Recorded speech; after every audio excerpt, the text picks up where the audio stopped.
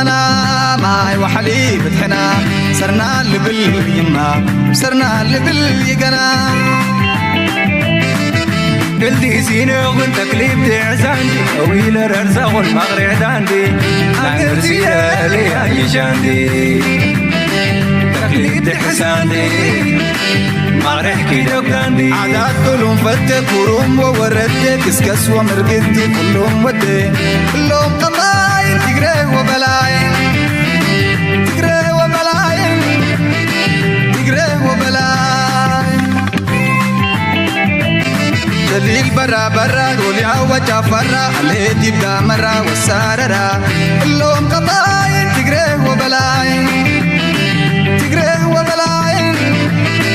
تقري وبلاين تاريان كارامغا وينك الامورة لا نرقولي نوقف نزولة لا لي ولا يجارد عن سورة فتنوي نزولة جارد عن سورة اللي ولو تقليد تحسان اللي ولو ما ريحكي دوكشان لا لي ولا مولاي من فتنا لي ولا أتحب حابرنا اللي ولو تقليد تحسان اللي ولو ما ريحكي دوكشان لي ولا حونا وبوارنا لي ولا منتو فناتنا لا لي ولا لينا لا لي ولا لي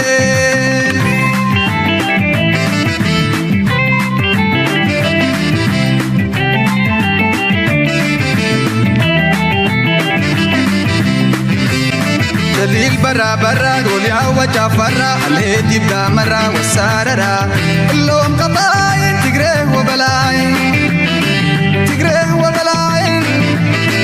تقري وبلاين تاريان كارامغا وينك الامورة لا نرقولي نوقف نزولة لا لي ولا يجارد عن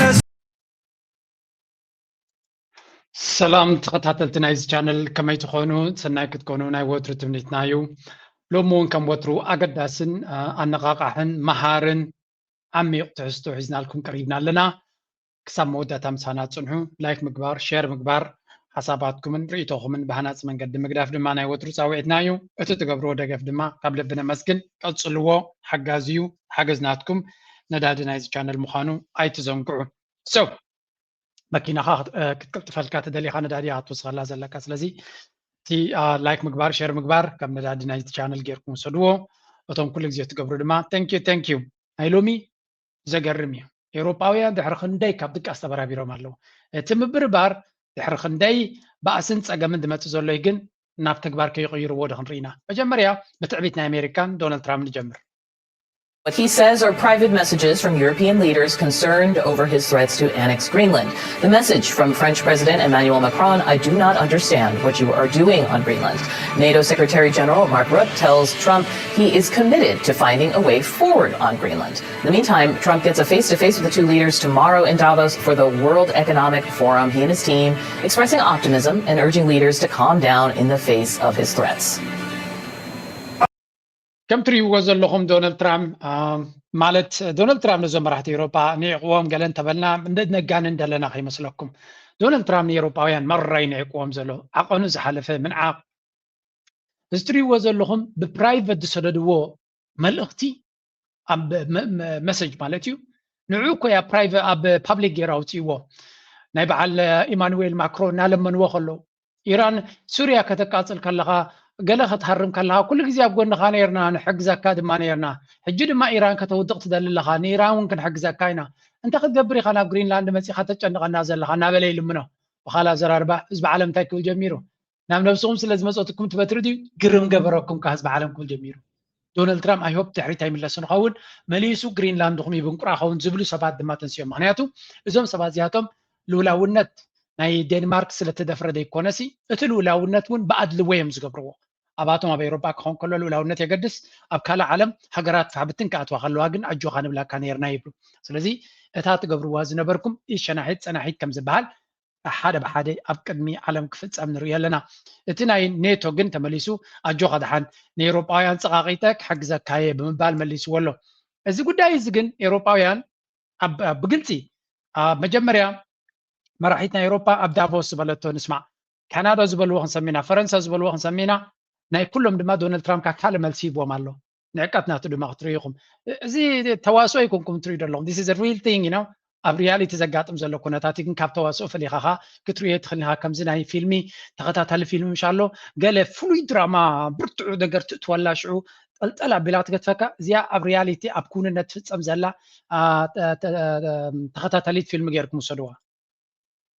and has said Europe must learn to stand alone and continue down a path of independence. She made the remarks in a speech at the World Economic Forum in Davos, Switzerland, at a time when relations between the United States and Europe are at an all-time low over President Trump's claim over the Danish territory of Greenland. Let's listen to what Ursula von der Leyen had to say just a few moments ago. እዛ ኼባ እዚ ትሪእዎ ዘለኹም ወርልድ ኢኮኖሚክ ፎረም እዩ ዝበሃል ዘሎ ወርልድ ኢኮኖሚክ ፎረም ኣብ ስዊዘርላንድ ዝካየድ ሓደ ካብቶም ኣብ ዓለምና ዝካየዱ ኢቨንትስ ዝዓበየ እዩ እቲ ኩነታት ፖለቲካ ናይ ዓለምና ክትሪኦ ከለካ ድማ መሊሱ ይዓብን ይዝሕልን ሕጂ ዘለናዮ መድረክ ኣብ ኣዝዩ ዝለዓለ ረስኒ ዘለወሉ ግዜ ስለ ዝኾነ እዚ ፎረም እዚ ኣመነ ላዕሊ ተደላይነት ናቱ ትራምፕ ክኸይድ እዩ ፍራንስ ኣብኡ መፅኡ ኣሎ ካናዳ መፅኡ ኣሎ ናይ ግብፂ እውን መፅኡ ኣሎ ዩሮፒያን ዩኒዮን ናይ معات مراحتيهم دمتو نورمالي تشاينا وني متيهم قلهم ابز حج متيهم زلوي مثلا تشاينا بريزيدنت ناتومي متي كن ابزي حج متي مثلا متي يلن بزخونه ابز بوت هذه بزح ديل سي زغبر زبال ابز عامت ازي سممع يفصم دي خونا يفصمنا يفلتني قدم اوروباويانن زم عرباويانن تزاتيهم نعلمنا كما جيرم يمحضروا زغبرولو زنبر بوتمي بوتا يزي ወርልድ ኢኮኖሚክ ፎረም WEF ድብልዎ በቃ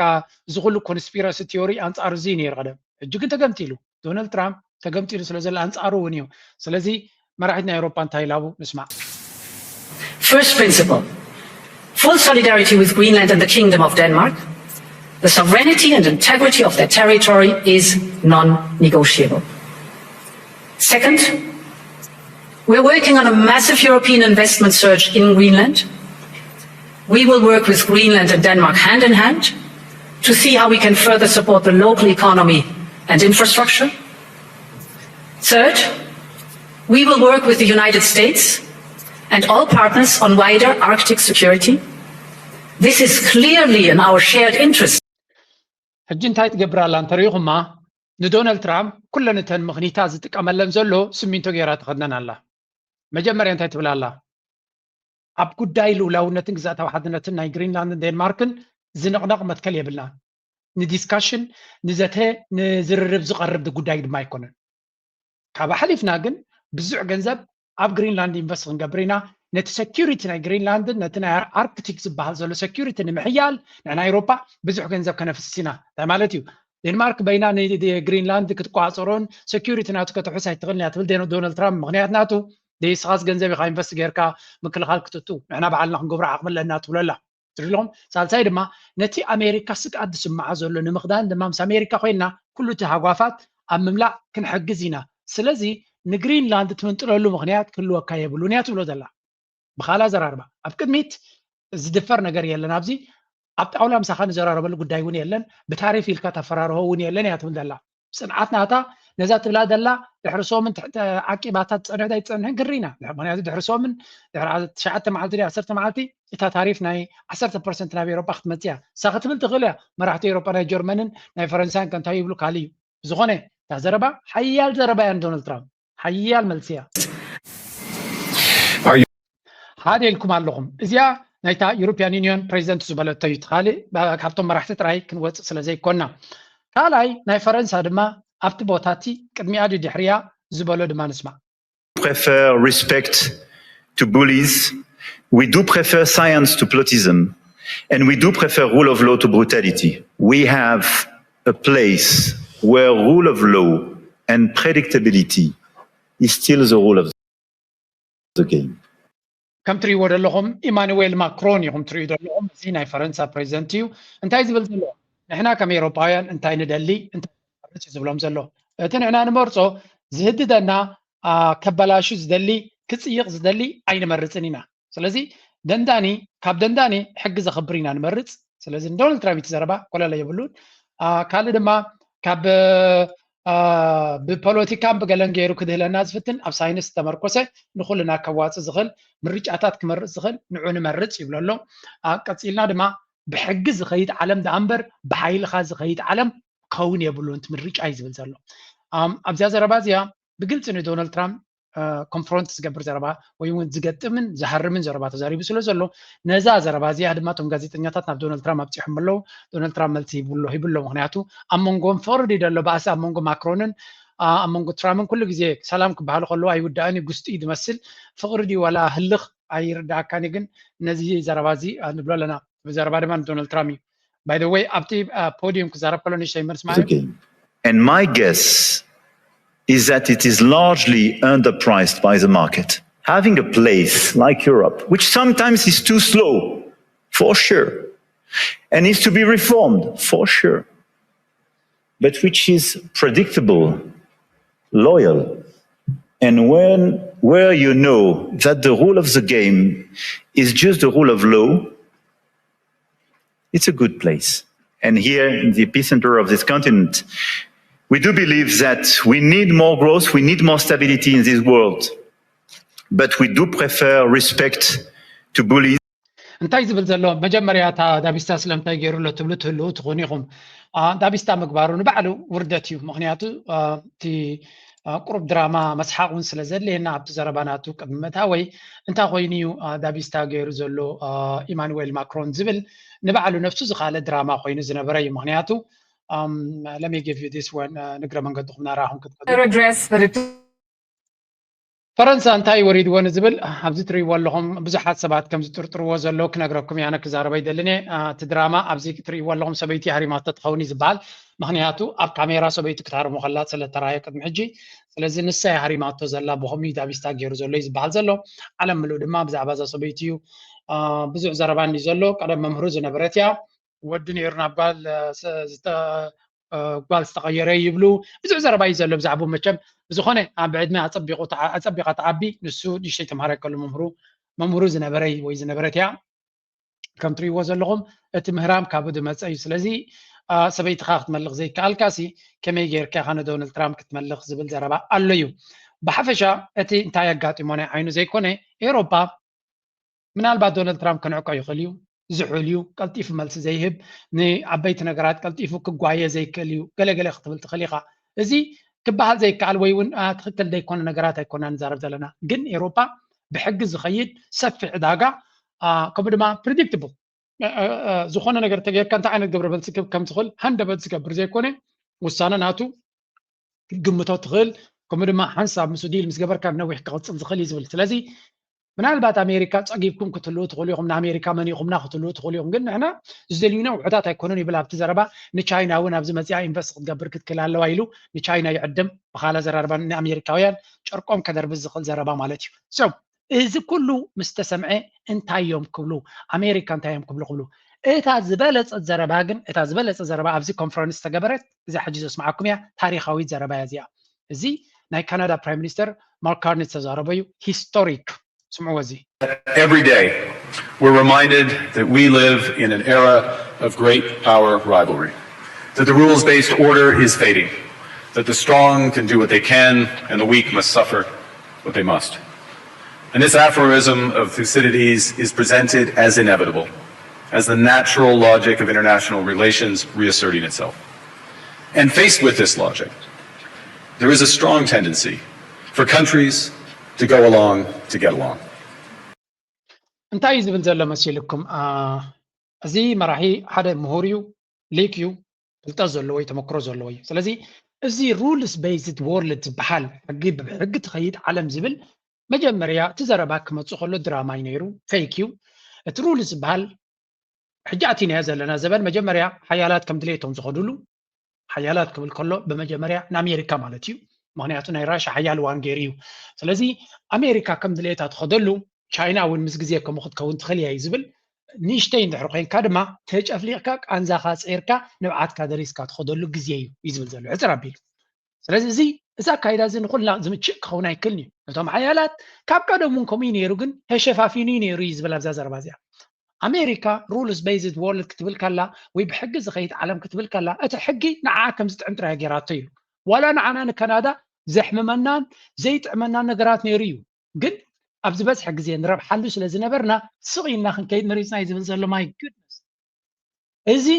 ሽግር ምስከደደካ ክትናዘዝ ክትጅምር ከለኻ እዩ ኣብ ፃዕረ ሞት ንዝበፅሓካ ኑዛዜ ሓጢኣትካ ኩሉ ተሓቢእካ ዝነበርካ ምስጢር ምውፃእ ማለት እዩ this is exactly what's happening ስምዕዎ እዚ ኣዘርባይጃን ከትኩም ኣብ ካልእ ስምዕዋ one of the most historic revelation ኢሎም ኣሎ ታሪኻዊ ግሉፅነት ወይ እውን ምስጢር ምውፃእ ተባሂላ ኣላ እዛ ኣዘርባይጃን ንስማዕ እዩ to accommodate, to avoid trouble,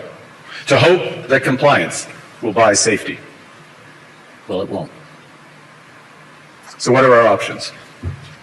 In 1978, እንታይ ይብል ኣብዚ መሲልኩም ነቶም ሓያላት ከይትህረም ከይትጨፍለቕ ከይትቐተል ኩሉ ግዜ ክትተሓባበር ዝበሉካ ሕራይልካ እሺ ኢልካ ደኒንካ ክትከይድ እዩ ትፅቢት ናቱ ኢሉ ግን ብከምዚ ከዓ ዓግቡን እዮም ኢሉ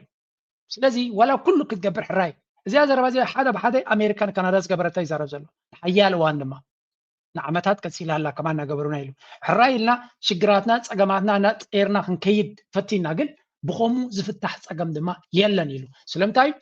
ዛንታ ድማ ይነግር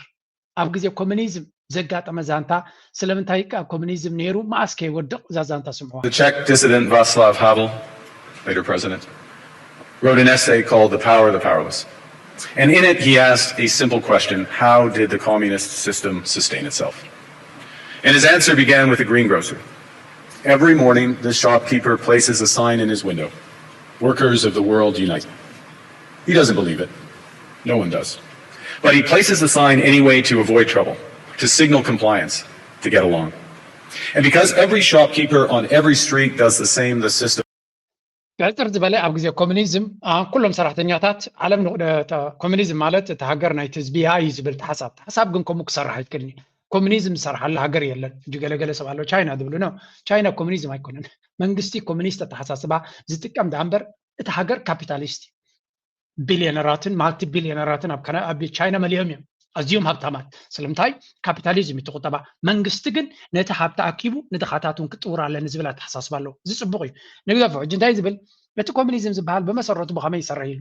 ኩሉ በዓል ድኳን ንጎንጎ ተንስዩ ሰራሕተኛታት ማዕርዮም ይብል ሓሶት ምዃኑ ይፈልጥ እዩ ሰራሕተኛ ናቱ ንሱ ማዕረ ከም ዘይኮነ ይፈልጥ እዩ ዝኾነ ግን ኩላ ነታ ሕጊ እንተ ተግቢርካ ብሰላም ትነብር ስለ ዝኾነ ትቕፅል እዚኣ መዓስ ክሳብ መዓስ እያ ትቕፅል ኢሉ ክሳብ ሓደ ሰብ ወይ እውን ዝተወሰኑ ሰባት ሓሶት ምዃኑ ፈሊጦም ነቲ ክግበር ዝግብኦ ምግባር ክሳብ ዘቋርፅዎ እታ ሩልስ ቤዝድ ወርልድ ትበሃል እውን ከምኡ እያ እናተጎነፅካ እና ችግር እናገጠመካ ከሎ ግን ካብቲ ሲስተም ክትወፅእ ስለዘይደሊ ሕራይ ትብል ሕጂ ግን ወዲ ናይ ዝብል ስለዚ እቲ ኣብ ደገ ንገብሮ ዝነበርና ከተውርድዎ ትኽእሉ እዮም ተወዲ ትጋይም ሓደ ግብሽጣሮ ይብዝዋን እዚ people in rituals they privately know to be false. Havel called this truth, but from everyone's willingness to perform as if it were true. And its fragility comes from the same source. When even one person stops, friends, it is time for companies and countries to take their signs down. 4 decades. Exactly. እዚኣ ምልክት እያ so እታ ጉዳይ ካብ ሕጂ ንድሓር ክትቅፅል ኣይትኽእልን እያ ነዊሕ እዋን ተፃዊርና ነቲ ሩልስ ቤዝድ ወርልድ እናበለት ኣሜሪካ ትሰብኮ ንዓና እናጎድኣና ንሳቶም ግን ከም ድሌቶም እናተፃወቱ ንኸይድ ነርና ካብ ሕጂ ንድሓር ግን ካምፓኒታትን ሃገራትን ልውላውነተንን ኩነታትን ኣቐዲመን እየን ክኸዳ ሙሉእ ብሙሉእ ስለ ዘርባሓና ኣይኮነን ከምኡ ንገብሮ ኢሉ ክሳራታት ኣለዎ እዩ ዓብ ዋጋ ኣለዎ ነታ ፕላኔት እውን ይሃስያ እዩ ነፍሲ ወከፍ ሃገር ሓያል ወታደራዊ ቅልፅም ኣፅዋር ታንክታት ገለመለ ክገብር ክኽእል ኣሎ እዚ እንታይ እዩ ነቲ ሃገር ፅቡቅ ኣይኮነን ንዓለምና ፅቡቅ ኣይኮነን ብዙሕ ታንክታት ብዙሕ ውግእ ክፈጥር ይኽእል እዩ እቲ ቀደም ግን ኩሉ ሕጊ ስለ ዘሎ ተባሂሉ ሰብ እንታይ ይገብር ነገራቱ ኢዚ ዝርዮ ነይሩ ስለዚ ኣቲናያ ዘለና መድረክ ካል እዩ እቶም ሓያላት ሃገራት ቻይና ይኹኑ ኣሜሪካ ዋላ ራሻ ኩሎም ሽርክነት ዝገብሩ ምሳኻ ክብለፁልካ እውን ይኽእሉ እዮም ምስ ተበለፁልካ ድማ ግደፉን ኢልካዮም ሰምዓካ የለን ሕጊ ስለዘየለ ስለዚ ኣቲናያ ዘለና መድረክ ከቢድ መድረክ ምዃኑ ብከምዚ ግን ክቕፅል ኣይክእልኒ እዩ ዝብል ኣብ መወዳእታ ሕጊ እንተዘይነጊሱ ዋላ እቶም ሓያላት እውን ብሓይሊ ብከምዚ ክቕፅሉ ይክእሉን እዮም ምክንያቱ እቶም ዝዕመፁ ዘለዉ ናብቶም መፃርርቶም ከይዶም ዓበ ብሎክ ክገብሩ ስለ ዝኽእሉ እናበለ እዩ ዝምጉት እዚኣ ዘረባ እዚኣ ኣገዳሲት ዘረባ እያ ነይራ ብዝኾነ ኤውሮፓውያን እቲ ኩሉ ዘጋጥሞም ዘሎ ሓንቲ ነገር ኣላ ፑቲን ክስዕቀሎም ጀሚሩ ከም ዘሎ እዩ ዝንገር ራሻ ነቲ ኩነታት ኢንጆይ ክገብርዎ ጀሚሮም What must it feel like to be Vladimir Putin right now? He has spent years attacking NATO, he has slammed the Western alliance, he has tried and failed to split Europe from the United States, and suddenly he doesn't have to do it anymore because America is doing it for him. Donald Trump wants Greenland. He wants access to the Arctic. He says it is to prevent Russia and China from taking over the region. You would expect Moscow to push back. After all, the Arctic is one of Russia's most strategic regions. But not this time. This time, Russia is smiling away. In fact, they're ፑቲን ክሳዕ ክንደይ ናይ ሓንጎል ምዃኑ በዚኻ ትፈልጥ እንታይ እስከ ይገብራሎ ኣብ ዝሓለፈ ክንደይ ዓመታት ኣብ መንጎ ኤውሮጳን ኣሜሪካን ዘሎ ምሕዝነት ንኽበትኮ ኩሉ እዩ ዝገብር ነይሩ ኩሉ ዝከኣል ቀሊል ድማ ኣይነበረን ምክንያቱ ተሓባቢሮም ይሃርምዎ ስለ ዝነበሩ ዶናልድ ትራምፕ ካብ ዝመፅእ ግን ነቲ ኣብ መንጎ ኤውሮጳን ኣሜሪካን ዘሎ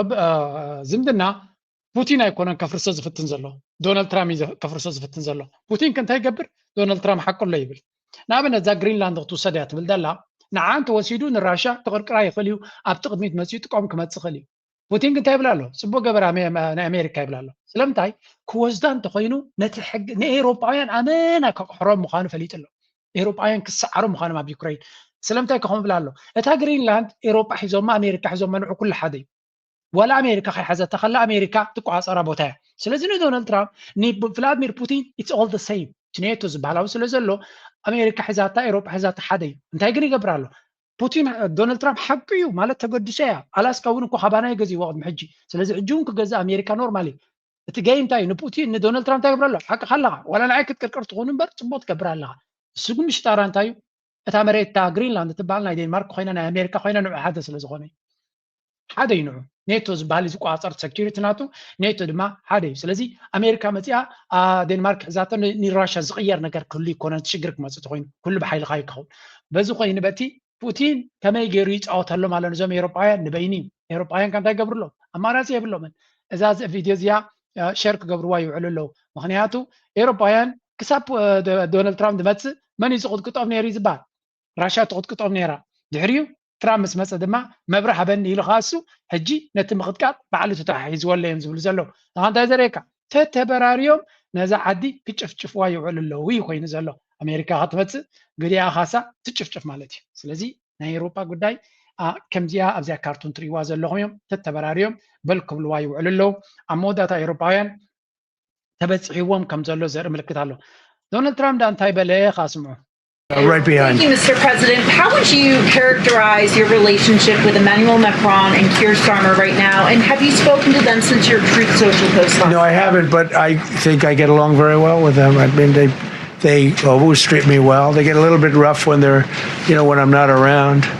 But when I'm around, they treat me very nicely. Good, ቆልዑት እዮም ዘመሓድርዋ ዘለዉ ዘበዓለ ወላ ዓበይቲ ኣይርዳእካን እንታይ ዝብል ዘሎ ከመይ ዝምድናኻ ምስ ኪር ስታርመር ናይ ዩክሬን ከምኡ ድማ ናይ ፈረንሳይ ኢማኑኤል ማክሮን ይብልዎሲ ፅቡቅ ዕርክነት ኣለና ቁሩብ ኣነ እንተደይ ኣለኹ ኣብቲ ቦታ ሰብኡት ክኾኑ እዮም ዝፍትኑ ኣነ ምስ መፃኹ ግን ቆልዑ እዮም ዝቕየሩ ፅቡቅ ገይሮም እዮም ሕግብግብ ዝብሉኒ ስለዚ ኣነ ስለዘይ ኣለኹ ኣብቲ ዳቮስ ሓረካት ይገብሩ ከም ዘለዉ ተረዲኑሎ ግን ብዙሕ ኣይክግደሰሎም ሓደ ሰባት እንታይ ይብሉ እዚ ሰብ እዚ ከመይ ገይሩ ናይ ዓለምና ኒኩለር ሒዙ ዝኸይድ ዘሎ እዮም ዝብሉ ኣነ ገሊኦም ብዙሕ ኮሜዲ ተሰሪሑ ብዛዕባ እታ ናይ ኒኩለር ቦርሳሲ ኣሽኪዖም እቲ ኩነታትሩ እዮም ኣሽኪዖም ሳንድዊች ዘለዋ ቦርሳ ሂቦም ዳ ይህልው ኮኑ እምበር እዚ ክፍትና ኢሉ ከማን ክትኩሳ ይኽእል ኢሎም በዓል ትሬቨር ኖዋ ብዙሕ ኮሜዲ ገይሮም እዮም ብዝኾነ ከም ትሪእዎ ዘለዎም ዶናልድ ትራምፕ ነቶም ሃገራት ዓበይቲ ሃገራት ኒኩለራውያን ሃገራት ዝመርሑ ዘለዉ ከም ቆልዑ በቃ ትሪት ትገብሮም ኣነ እንተደይ ኣለኹ ሓፍ ኮፍ ብሉ እዮም ግን ምስ መፃኹ ክንርአ ስለንኽእል ፀገም የለን ንብላ ኣሎ ኣብዚ ስዊዘርላንድ እዮም ክመፁ ንስዊዘርላንድ ዳርጋ ኩሉ ምንቅስቃሳታ ይጠጠው ዘብል ተመፅኡ እዚ ንሻይ ሃገር ስለዝኾነት እቲ ኤርፎርስ ዋን ክመፅእ ከሎ ምስ ሴኪሪቲ ናቱ ዳርጋ እቲ ዝዓበየ ኤርፖርት ናይ ስዊስ ይኹን እቲ ዝዓበየ ከተማ ናይ ዙሪክ ጠጠው እዩ ዝብል ምንቅስቃሳት ናቱ ክትብል ትኽእል ኢኻ ኣምላኽ ተፀሊልካ ናይ ኣሜሪካ ፕሬዚደንት ይገሸካ እዩ ኢትስ ክሬዚ እቲ ዘለዎ ናቱ ሓንጀ መንጂ ንበይኒ እዩ ስለዚ እዚ እንድሕሪ መፅኡ ንሱ መፅኡ ክሳብ ዝኸይድ ትራፊክ ናይቲ ሃገር ኮምፕሊትሊ ዝቕየር ኣብ ስዊዘርላንድ ፀገም የብሉ ሜይቢ ናይ ስዊስ ፕሬዚደንት ብመኪና ወይ ብባቡር እዩ ዝኸይድ ናብቲ ቦታ እቲ ኣሜሪካ ግን ከም ትፈልጥዎ መፅኡ ኣለኹ ኣስተውዕሉ ኩልኩም እናበለ ደወልና ቃጨለ ዝኸይድ ፕሬዚደንት እዩ ዘለዎም ስለዚ ደገርም ኩነታት ግን ዘገርምካ ኣይኮነን ልሙት I mean, they always treat me well. They get a little bit rough when they're, when I'm not around. But when I'm around, they treat me very nicely. And, I like both of them. They're both liberal. They've got to straighten out their countries. You can't, London is having a lot of problems. And ክልቲኦም ሊበራል እዮም ሊበራል ማለት ድማ ዳርጋ እዚ ናይ ምዕራባዊ ዓለም ኣተሓሳስባ ሒዙ ዘሎ ማለት እዩ ስለዚ ክልቲኦም ሊበራል ስለዝኾነ ዓዶም ከፅዩ ይከኣሉን ብስደተኛታት ክብልዑ ጀሚሮም ኣለዉ ለንደን ብስደተኛታት ከምኡ እናበለ ኩሉ ግዜ ነቲ ናይ ኣጀንዳ ናይ ስደተኛታት ምክንያቱ እታ ዘረባ ንመን እያ ነቶም ኣብ ፈረንሳ ዘለዉ የማናይ ክንፊ ፖለቲከኛታት ንምድጋፍ እዩ ኣብ ዓዲ እንግሊዝ ነትባል ናይ ፈረንጅ ዝበሃሉ ንዓታቶም ኣጆኹም ኣብ ጎንኹም ኣለኹ ንምባል እያ ስለዚ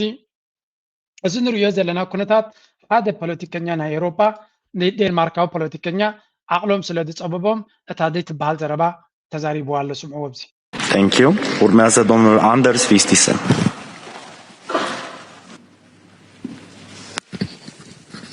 Let me put this in words you might understand. Mr. President,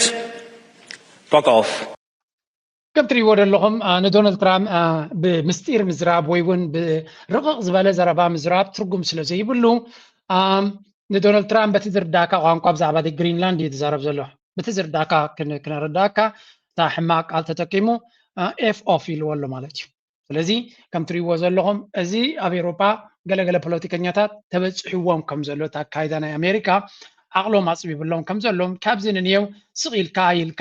ኩሉ ሓደ ስለ ዝኾነ ዝግበር የለን ኢሎም ኩላቶም ነዚ ምግጣሙ ጥራይ እዩ ነዚ ስቒልካ ምርኣይ ንዶናልድ ትራምፕ ስቒልካ ምርኣይ ኣብ መወዳእታ ንጥፍኣትና በዓልና መቀልጣፍ እዩ ዝብል ዘረባ ኢና ንሰምዕ ዘለና ኤውሮፓ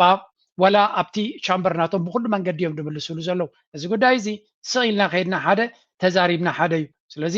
ሓደ ነገር ክግበር ክኽእል ኣሎ ይብሉ እንታይ እዩ እቲ ዝግበር እዩ ትሕቶ ማለት ኣብ ብዙሕ መጋባያታት ዶናልድ ትራምፕ ንምቋም ዝገብርዎን ዝኸድዎን ዘለዎ መንገዲ ወላ ሓንቲ ለውጢ የምፅእ የለን ንሱ መመሊሱ እናሻደነ መመሊሱ እናሓየለ እዩ ዝመፅእ ዘሎ እቲ ናቱ ትዕቢት ድማ ዝገበሮ ካይሰልጦ ስለ ዘሎ ጠጠው ክብል ኣይኮነን ብሕጁ ስለዚ ኤውሮፓውያን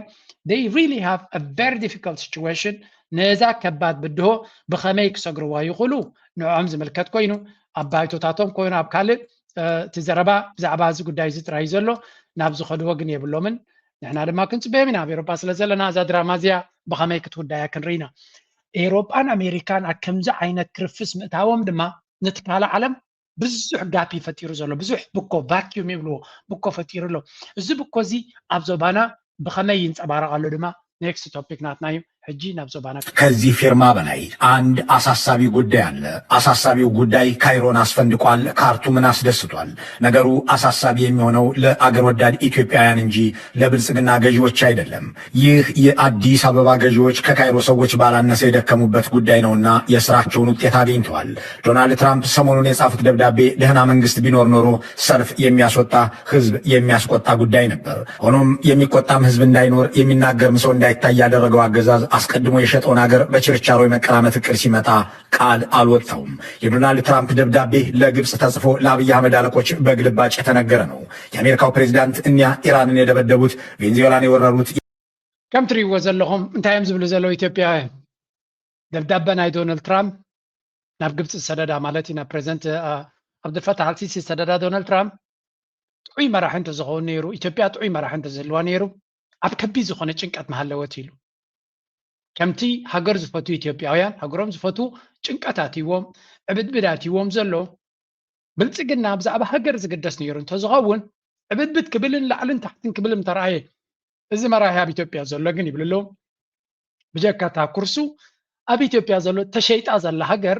ብዛዕባ ዝጭነቐሉ ጉዳይ ከም ዘይብሉ ኢና ንርኢ ኢሎም it really bothers ንብዙሓት ኢትዮጵያውያን ዘገርም እዩ ምክንያቱ ዶናልድ ትራምፕ ዝገብሮ ዘሎ ዝኸዶ ዘሎ መንገድን ብልጽግና ኣብይ ኣሕመድ ብዛዕባ ካልእ ጉዳዩ ይሰርሕ ዘሎ ካልእ ነጥብታት ነዛ ጉዳይ እዚኣ ክምልሰላ ይደልን እዩ ዘሎ እቲ ዘገርም ኣብዛ ዘረባ እዚኣ እንታይ ይብል ዶናልድ ትራምፕ ድማ ነቲ ብደብዳቤ ሰዲድዎ ዝነበረ ብፅሑፍ ቀይርዎ ኣሎ ኣብዛ ቪድዮ እዚኣ እንታይ ይብሉ መሲልኩም ኣብይ ኣሕመድ ብውልቁ ከም ዝተፀርፈ ብዛ ደብዳቤ እዚኣ የሰላም ኖቤል የማልሸለም ከሆነ ለዓለም ሰላም አልጨነቅም የሚሉት ሰው ስለ ኢትዮጵያ ብሔራዊ ጥቅም፣ ስለ አባይ ወንዝ፣ ስለ ህዳሴ ግድብ አንዳች አደጋ ያለውን ደብዳቤ ሲጽፉ የግብፁን ፕሬዝዳንት አደናንቀው ከአንተ ወገን ነኝ የማለት ያህል አወድሰዋቸዋል። የሱዳኑን አልቡርሃንን እንደ መሪ ጠቅሰዋቸዋል። አብይ አህመድን እንደ ሱዳኑ ሽፍታ ሄሚቲ እንኳን የቆጠሯቸው አይመስልም። ይልቁንም አለቃቸውን የኤምሬትሱን መሐመድ ቢን ዛይድ እንታይ እስከ ኣብዛ ደብዳቤ እዚኣ ኣነ ኸማን ከይጠቐስኩዋ ዝሓለፍኩ ነይረ እዚኣ ማለት ፎርማሊቲ ገለ መሲልን ዘይጠቐስኩዋ ነይረ እንታይ ገይሩ ኣብታ ደብዳቤ እቲኣ ንመራሒ ናይ ግብፂ ዓብደልፈታሕ አልሲሲ ብሽሙ ጠቒሱ ይዛረብ መራሕናይ ሱዳን እውን ይጥቀስ መራሕናይ ሱዳን ኖርማሊ ኣብ ኢትዮጵያ ኣብ ሱዳን ታይም ዝብሉ ዘሎ ክልተ ጀነራላት እዮም ዝዋጉ ዘሎ እቲ ሃገር መራሒ የብላን እዮም ዝብሉ ግን ጀነራል አብዱልፈታሕ ይጠቕሰዩ ኣብ ኢትዮጵያ ግን ንመልስ ከይጠቅስ ፕሬዚደንት ኣጥቀ ስላሴ እቲ ሃገር ግን ብፕራይም ሚኒስተር እያ ትመሓደር ፕራይም ሚኒስተር ኣብይ ኣሕመድ እዩ ክፀሓፍ ዝግብኦ ኣይጠቐሱን ሽሙ እዚኣ ድማ ነብሳ ዝኸኣለ ትርጉም ኣለዎ እዮም ዝብሉ ዘሎ ምክንያቱ ንኣብይ ኣሕመድ ዝሰብ እዚ ኣብ ዶናልድ ትራምፕ ጠቕላላ ይፀልኦ ጠቕላላ ከም ፀልኦ ካብቲ ዘረቦም ኣይኮነን ንሰምዕ ካብዚኣ ዶናልድ ትራምፕ ለንቀነ ዝበላኻ ስምዑ And Ethiopia, we're going to fight over a dam, and I got them to stop. I still got to work it out because they put a dam up in Ethiopia that stops the flow from a little river called the Nile. I always think of the Nile being in Egypt, you know, it's beautiful Nile with the pyramids. But كل تدربوك سمع خلا غازي ناي ወይ ግብፅ ገዚኣቶ ዘለያ ካትብል ወይ ከዓ ፍቅሪ ናይ ግብፅ ዘሎ ወይ ካልእ ዘረባ ይትዛረብን ኢኻ ክሽምግለኩም እየ ዝብሎም ዘሎ ብከምዚ መንገዲ ግን ዶናልድ ትራምፕ ስለ ዝኾነ ኢኻ ማንታ ሽምግልና ቃል ንጥቀመላ ዘለና እምበር እዚ ሽምግልና ኣይኮነን ኣነ ምስ ግብፅ ኣለኹ እዩ ዝብል ዘሎ ግን ካ ዶናልድ ትራምፕ እዩ መን ይኽዛረቦ መን ተጋጊኻ ኣለኻ ይብሎ ኣይኮነን ኣብ ጉዳይ ናይ ብልፅግና ሃገሩ ዘቃፅል ዘሎ መራሒ ብጀኖሳይድን ካልእን ዝኽሰስ ኣይኮነ ኤሮጳ ምሉእ ከማን ኣብ ጉዳይ ናይ ኤሮጳ ግሪንላንድ ክወስደኩም እየ ክወስድ እየ እናበለ ከሎ ዛረበ የለን ብፅጋብ ደም ሓሪኡ ዘሎ ሰብ እዩ ስለዚ ኣነ እኳ ናይል ክዝክር ከለኹ ግብፂ እየ ዝዝክር ስኸማ ነጊሮም እዮም ዝፈልጦ ይመስለኒ ግን ብዝኾነ ንኢትዮጵያውያን ሲ ንነፍሲ ወከፍ ኢትዮጵያዊ በታ በረቕሮቕ ማቃል ተዛሪበ ይቕረታ ከምቲ ኩሉ ግዜ ዝጀሃሩላ ብገንዘብና ብገንዘብና ኢና ጌርና እዮም ይብሉ ሓሰውቲ ስምዑ ሕጂ ዶናልድ ትራምፕ እንታይ ይብሎም ኣለዋ ሰብኡ እንተኮይኖም ሓሳቡ ይበልዎ ቅድሚ ሕጂ እውን ኢልዎም እዩ ክብሉ ግን ኣይክእሉን እዮም ዶናልድ ትራምፕ ካን ቅንጣብ ሓቂ ኣላቶ ምሉእ ብምሉእ ሓቂ ይብል ናይ ግን ቅንጣብ ሓቂ ኣላቶ ብዚ they put a dam up. You know who paid for the dam? The United States. It's the biggest dam, I think, in the world. They put a dam up. I said, how did you let that happen? Why would we have done that? We financed it. This country would, I don't know. Maybe it was a Republican president, but I don't think it was. I think it was a Democrat. But what a terrible thing. So Egypt basically is, you know, they don't have enough water in the Nile. And they use that for... كم تري ورا لهم تجرميو ديجا سري حملو مالت نايلسي نجيب عيان هيوتهم يوجن ديجا خاسري حملو كم يجير كديجا تسرح تزجرم كات ديجاس من اسك خفيلو نحن أنا خفيلنا من نيرو أوباما ينيرو أيضا نينجرون أوباما مخانو تفليتو كتسلالي أتاتهم جبت عيان قال يلون ديهم كم يجي الروسو ما يسرح نزلوا أوباما يسرح يوان دعري لهم أوباما سرحة كفر سالة نزبله ما بتعلوا دونالد ترامب ما بتعاتيه أوباما زرقتا أوباما زبلا أوباما زجبر أنت أرايسو أبقى كلتشنا عصرت شدشنا من ريج أحمد صخلو انتهي لهم دونالد ترامب استراتيجية بلوني لهم زقوني يقوم بلان يبلو استراتيجية بلو حنت بلان يزالاتو أوباما انتهي جيرو يلو نتا أوباما زجبر أنت أرايانه ساعة بوليسنا تنيرا كساب حجر ما كومي أوباما ترايز بالبايدن يتقصنيكو ስለዚህ ምስ ኦባማ ፍሉይ ህልኽን ፅልን ስለ ዘለዎ ኦባማ ይድማ ኣብ ግዜ ኦባማ ይዝዲ ጋዝ ተመስሪቱ ተቐፂሉ ምክንያቱ ሃገራት ዓረብ ስፕሪንግ ኦባማ ኣብ ግዜ ኦባማ ሲአይኤ ኢንጂነር ዝገበሮ እቲ ናይ ዓረብ ምፍራስ ነበረ ናይ ግብፂ መራሒ ሙባራክ ድማ ካብ ስልጣኑ ከም ዝወርድ ዝገበረ ኦባማ እዩ ነይሩ ንገዳፊ ከም ዝቕተል ዝገበረ ኦባማ እዩ ነይሩ ስለዚ ኦባማ ይገይርዋ ኢሎም ንዶናልድ ትራምፕ ተነጊሮም ጨርቁ ክድርቢ ምናልባት ክነግርዎ እዮም ለንቀናኻ ንዓንተ ሰምዒው ነቲ ሕግናቱ መሊሱ ክበርትዑ እዩ ንኢትዮጵያ ንብልፅግና ድማ ወይ ኢሎም ኣነ ናይ ኢትዮጵያ ሕማቕ ስለ ዝደለኹ ዝዛረብ ዘለኹ ድማ ስለ ሰብ ክህሉ ክእል እዩ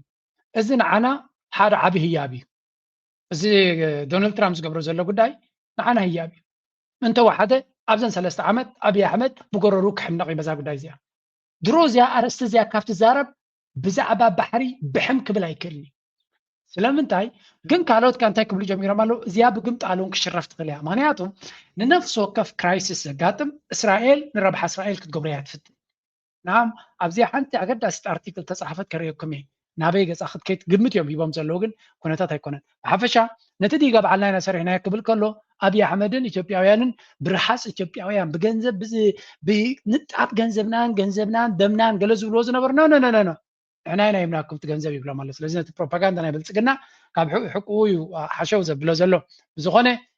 እታ መርገፂ ንግብፃውያን እዚኣ ዓባይ ህያብ እያ ንወዳ እያ እሞ ድሕሪኡ ድመፅእ ትንተና And they use that for a lot of things, including entertainment and travel and tourism and everything. I mean, I don't know. They got a big dam. I got to work that one out now too. ስለዚህ ዛቲ ጋዚያ ንመዘናግዕ ንገለን ዝጥቀምሉ ኣባላት ዲጋ እንታይ ምዃኑ ዛዕቡን ኣፍልጦ ይብሉን ዶናልድ ትራምፕ ንጹር ክዛረብ ኣፍልጦ ይብሉን ትዲጋቲ ኣብ ዓለም ዓብይ ብል ዓብይ ኮነ ናይ ዓለምና ዝዓበየ ኮነ ኣብ ኣፍሪካ እዩ ዝዓበየ ካብኡ ዝዓብዩ ኣብ ቻይና ክንደይ ኣለዉ ብዝኾነ ከም ትሪእዎ ዘለዎም ዶናልድ ትራምፕ ሙሉእ ፀቅዒ ናይ ግብፂ ሒዙሎ ጥራይ ደይኮነ ሕጂ ድማ ናብ ዳቮስ ናብ ስዊዘርላንድ ናብቲ ወርልድ ኢኮኖሚክ ፎረም ክመፅእ እዩ ኣብዱልፈታሕ አልሲሲ ድሮ መፅኡ ኣሎ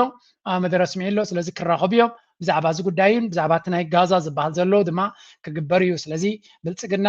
እንታይ ከም ዝገብሩ ንዓኦም ዝምልከት ኮይኑ ሓንቲ ዘላ ኣብዚ ኣናሊሲስ ኣላ እዚኣ ክንሪኣ እሞ ድሕሪኡ ኣብቲ ኮምፕሌክስ ካልኦት ኢሹስ ክንሰግር መጀመርያ እዚ ለንቀነ ርክብ ከካይዱ ምዃኖም ዝተረኣየ ሓደ ኣርቲክል ተፃሒፉሎ መን ይፅሒፍዎ ዘሎ ኣይደኖ ገለ ሓደ ገዳሲ ኣርቲክል ግን እንታይ እዮም ዝብሉ ዘለዉ ኣብዚ እንታይ ከጋጥም ይኽእል ብልፅግና ክሳብ ሕጂ መልሲ ኣይሃበን ኣሎ ግብፂ ተቐቢለ ኢላ ብመንገዲ ፕሬዚደንት ናታ ነቲ ዶናልድ ትራምፕ ሽምግልና ዝገብሮ ዘሎ ተቐቢለ ኣለኹ ኢላ ብልፅግና ኣብዪ ኣሕመድ ግን ስቕ ኢሎም ኣለዉ ስቕታ ንባዕሉ መልሲ ምክንያቱ ኣብዛ ጉዳይ እዚኣ ወላ እኳ ተዓሚፆም ይሃሉ ክዛረቡ ከም ዘይክእሉን ድፍረት ከም ዘይብሎም ኢና ንርኢ ዘለና እንተተዛሪቦም ብፍላይ ኣንጻር ዶናልድ ትራምፕ ሃፍኮፍ እንድሕሪ ኢሎም ዝገደደ ሽግር ክመፆም ከም ዝኽእል ፈሊጦም ኣለዉ እዚኣ ተረዲኣቶም ኣላ እንታይ እዮም ዝብሉ ዘለዉ ናይ ፕሬዚደንት ዶናልድ ትራምፕ ናይ ሱዳን መራሒ መሊሱ ዓብደልፈታሕ አልሲሲ ዓብደልፈታሕ አልቡርሃን እውን መሊሱ ተቐቢልና ኣለና ፅቡቅ ሓሳብ እዩ ዶናልድ ትራምፕ ዝመፅእ ዘሎ ብምባል መልሲ ይቦም ኣለዉ ስለዚ ኢጅፕት ኤንድ ሱዳን ዌልከም ደ ኢኒሽቲቭ ዋይል ኢትዮጵያ has remained silent, reflecting the ongoing impasse. ስለዚ ኣብዪ ኣሕመድ ኣብ ጉዳይ ናይ ሶማሊላንድ ስቕታ መሪፅ ኣሎ ኣብ ጉዳይ ናይዚ ሽምግልና ናይ ዶናልድ ትራምፕ ድማ ስቕታ መሪፅ ኣሎ ኣብታ ሓንቲ ብጉርሖ ክትከውን ትኽእል ኣብዚኣ ሕጂ ግን ኣማራፂ እውን ስለ ዘይብሉ እዩ ተቐቢለ ከይብል ዝገደደ ይንዑ እምቢ ከይብል ከዓ ሽግር እዩ ስለዚ መንቀራቕሮ በቲ ሓደ ፀጥፊ በቲ ሓደ ድማ ከውሒ ኮይኑዎ ኣሎ ኣብ መንገዲ ክልቲኦም ተቐርቂሩ ኣሎ now Trump's mediation Trump emphasized preventing unilateral control of Nile water and avoiding military conflicts. ስለዚ እንታይ ይብላ ኣሎ ዶናልድ ትራምፕ ነዚ ማይ እዚ ነዚ ናይ ኒል ማለት እዩ ብፍላይ ናይ ኢትዮጵያ ማንም ሃገር ክትቋፀሮ የብላን ይብላ ኣሎ ዩኒላተራል ማለት ኢትዮጵያ በይና ካብ ዓዳ ስለ ዝብገስ ንሕና ኢና ቁፅፅር ዘለና ዝብልዎ ከምኡ ዝበሃል የለን ይብሎም ኣሎ ካልእ proposed a technical, fair and transparent negotiation process with strong US monitoring. ታቀንዳ ገዳሲት ኣብዚ ሓያል ናይ ኣሜሪካ ቁፅፅር ዘለዎ ሽምግልና ርትዓዊ ግልፅነት ዘለዎ ፍትሓዊ ምምቕቓል ናይቲ ማይ ኣጠቓቕማ ናይቲ ማይ ክብል ከሎ ግን ታቐንዲ ኣሜሪካ ክትቋፀሮ ክትክእል ኣለዋ ግብፂ ድማ ከምኡ እያ ትብል ባዕልና ክንቋፀሮ ከይብላ ኣይከኣልን እዩ ስለዚ ኣሜሪካ ክትቋፀሮ ኣለዋ በሃልቲ እዮም ምክንያቱ ንሳቶም ነቲ ናቶም ኣፒል ወይ ናቶም ስነመጎት ማይ ሂወት እዩ ብዘይ እዚ ማይ እዚ ድማ ሂወት የብልና ናብ ግብፂ እዮም ዝብሉ ሽዑ suggested Ethiopia could generate electricity while ensuring predictable water flows for Egypt. ስለዚ ኢትዮጵያ ኤሌክትሪክ ክትጥቀም ትኽእል እያ ኖርማሊ ናይ ኤሌክትሪክ ዲጋ ፀገም ኣይኮነን ምክንያቱ ማይ ይወስድን እዩ ካብቲ መንጫዕጫዕታ ጥራይካ ኤሌክትሪክ ትገብር ስለዚ ግን ስቲል ቁፅፅር ስለዘይብሉ ኢትዮጵያ ግብፃውያን ስጋት ኣለዎም ግብፃውያን ድማ ካብዚ ሓሊፎም እውን ካሕሳ ናይ ዝኩሉ ዲጋ ክግበር ከሎ ዘጋጠመና ዕንወት ካሕሳ ክወሃበና ኣሎ ክብሉ ጀሚሮም ንጉስ እንተርእየሲ ጥራዕ ይመፀኒ ከም ዝበሃል ንጉስ ኣብ ጎኖም ከም ዘሎ ስለ ዝፈለጡ ጥርዓናቶም የብዝሑ ፕሬዚደንት ኤልሲሲ welcomed Trump's efforts calling the Nile Egypt's lifeline. Okay. Egypt insists on cooperation based on international law, prior notification and non-harm principles. ስለዚ ግብፂ ኣነቲ ዶናልድ ትራምፕ ዝሃቦ ተቐቢልና ኣለና ከምቲ ንስኻት ደልዮን ብከምኡ ዓይነት መንገዲ ክኸውን ኣለዎ ብምባል ነቲ ቃላቱ መራጎዲ ወሲኾምሉ ኣለዉ official highlight Egypt's water deficit. Okay, እዚ ዳ ሓንግደፍ ናይ ኢትዮጵያ ከንታይ ትመርገፂ ኣብዚኣ ንሽተይ ራጡ ሱዳን ማሺ ንሱዳን ማሺ ምክንያቱ ናይ ግብፂ ረብሓ ንሱዳን ስለ ዘርባሓ ሱዳን ኣብ ካልእ ጉዳይ ሃገራን ካልኣን ስለ ዘለዋ እቲ ግብፂ ትብሎ ዘላ ይዋፅኣ ናይ ንዓና ኩሉ ግዜ ግብፂ ኣብ መወዳእታ ነቲ ማይ ትረብሓሉ ዝያደ ስለ ዝኾነት ግብፂ ሱዳን ኣብ መንጎ እያ ዘላ ስለዚ ግብፂ ንስኹም በልዎ ንሕና ጎንኹም ኣለና እቲ ማይ ናባና ክመፀና ስለ ንደሊ ግን ንዓና ኩሉ ግዜ ዝኣክል ማይ ክመፀና ክእል ንግብፂ ትቐንዲ ፀገም ስለዚ ግብፂ እዮም ዝዋግእሉ እሱ ሱዳን ኣብ መንጎ ኮይና እያ ትበልዓ እዛ ጉዳይ እዚ ኣይልና ኢና ሱዳን ናይ ግብፂ ዲፕሎማሲን ገለን ትጥቀመሉ እያ ግን ግብፂ ድማ ንሱዳን ኩሉ ግዜ ኣብ ጎና ምስ ገበረታ ክልቲአን ሓደ ዓይነት ዕላማ እዩ ዘለወን ክልቲአን ድማ ጎኒ ኤርትራ እየን ዘለወን ስለዚ ናብ ቀይ ባሕር ገፁ ክለግብ ዝኽእል ጉዳይ ይበሃል ኣሎ ኢትዮጵያ ሳይለንስ ናይ ኢትዮጵያ ስቕታ እንታይ እዩ ትርጉሙ ይብሉ ኣለዉ ሓደ no official response yet. Prime Minister Abiy Ahmed focused on domestic projects. Abiy Ahmed መልስ ዝባላ heaven ኣብ ውሽጣዊ ጉዳይ ፕሮጀክቱን ልምዓትን ገለመለን ይብል ኣሎ ልምዓት እኳ ኣይኮነም ኩናትን ወረ ኩናትን ዝዓለም ዘሎ ቀፂሉ Ethiopia previously withdrew from the 2020 Washington agreement እዚኣ ድማ ቀንዲ ኣገዳሲት ኣብ እስራ ዶናልድ ትራምፕ ዘበገሶ ሓሳብ አብይ አሕመድ ዕግርግር ክብል ድሕሪ ምጽናሕ ኣብ መወዳእታ ኣብቲ ናይ ግዜ ውሳኔ ወረቐቱ ስሒቡ ኣይሳተፍን ኢሉ ኣብቲ ሽምግልና ያቱን ኢሉ ስለምንታይ ከማ ገይሩ ዶናልድ ትራምፕ ስልጣኑ ይውድእ ስለ ዝነበረ ተደምሎም ዶናልድ ትራምፕ ስልጣኑ ይውድእ ነይሩ ስለዚ ምስ ግብፂ ኮይኑ ዝገብሮ ዘሎ ዶናልድ ትራምፕ ኣይዋፃንን ኢሉ ነይሩ that's why ሕጂ ዶናልድ ትራምፕ 3 ዓመት ድሕሪ ተሪፎ ከሎ ዝጅምሮ ዘሎ ናበይ ከይዲ አብይ አሕመድ ቅድሚ ሕጂ ዝገበራ ተንኮል ኩላ ቢዱላ ስለዚ ዶናልድ ትራምፕ ይፈልጦ ኢና ዝሰብ እዚ መታለሉ ምዃኑ ፈሊጥዎ ኣሎ መህደሚቱ ክደልሎ ካብ ሕጂ ግን ዝኾነ ከም ዝበልዎ ኢትዮጵያውያን ሃገር ዘይትቅድሰ ወላ ትገር ድፋፋዕ ተበለውን ዝግድሰ ሰብ ኣይኮነን እዮም ዝብሉ ኢትዮጵያውያን ገሊኦም ነዚ ስለዚ ስልጣኑ ጥራይ ታኩርሱ ከብደ ኣይተንከፈሉ እምበር ብዙሕ ጣጣ ዘለዎ ሰቡን ኣይኮነን ይብልዎ risks and regional dynamics ይብሉ experts warn mediation may be linked to wider geopolitics including Ethiopia's maritime ambition through Somaliland and Israel's recognition of Somaliland ኣብዚያ እንታይ ይብልሎም እዚ ጉዳይ እዚ ናብ ቀይ ባሕር ገጹ ወይ እውን ምስ ኢትዮጵያ ናብ ባሕር ገጻ ትኸዶ ዘላ ከተሓሕዝዎ ይኽእሉ እዮም ዝያዳ ድማ ኢትዮጵያ ኣብ ጉዳይ ናይ ሶማሊላንድ መርገጽ ኣይሃበትን ኣላ እስራኤል ኣፍልጦ ሂባታ ካለይቲ ኣፍልጦ ትህብ ሃገር ኣብየን ኣለዋ ኢማራት ብድሕሪ መጋረጃ ንኬንያ ትልምን ነይራ ንደቡብ ሱዳን ትፀቕጢ ትፈጥር ነይራ ንህንዲ ፀቕጢ ትፈጥር ነይራ ትልምን ነይራ ንብዙሓት ሃገራት ብድሕሪ መጋረጃ ትልምን ነይራ ኩለን እምቢ ኢለን ስለዚ ወላ ኣሜሪካ እውን ኣይደለየት ስለዚ እዛ ጉዳይ እዚኣ ኢትዮጵያ እያ ተሪፋ ዘላ ኢትዮጵያ ድማ ኣፍልጦ ንኸይትፈር እያ ኣላ ኢትዮጵያ ምክንያቱ ንኢትዮጵያ ብብዙሕ መንገዲ ክሃርማ ስለ ዝኽእል ሓደ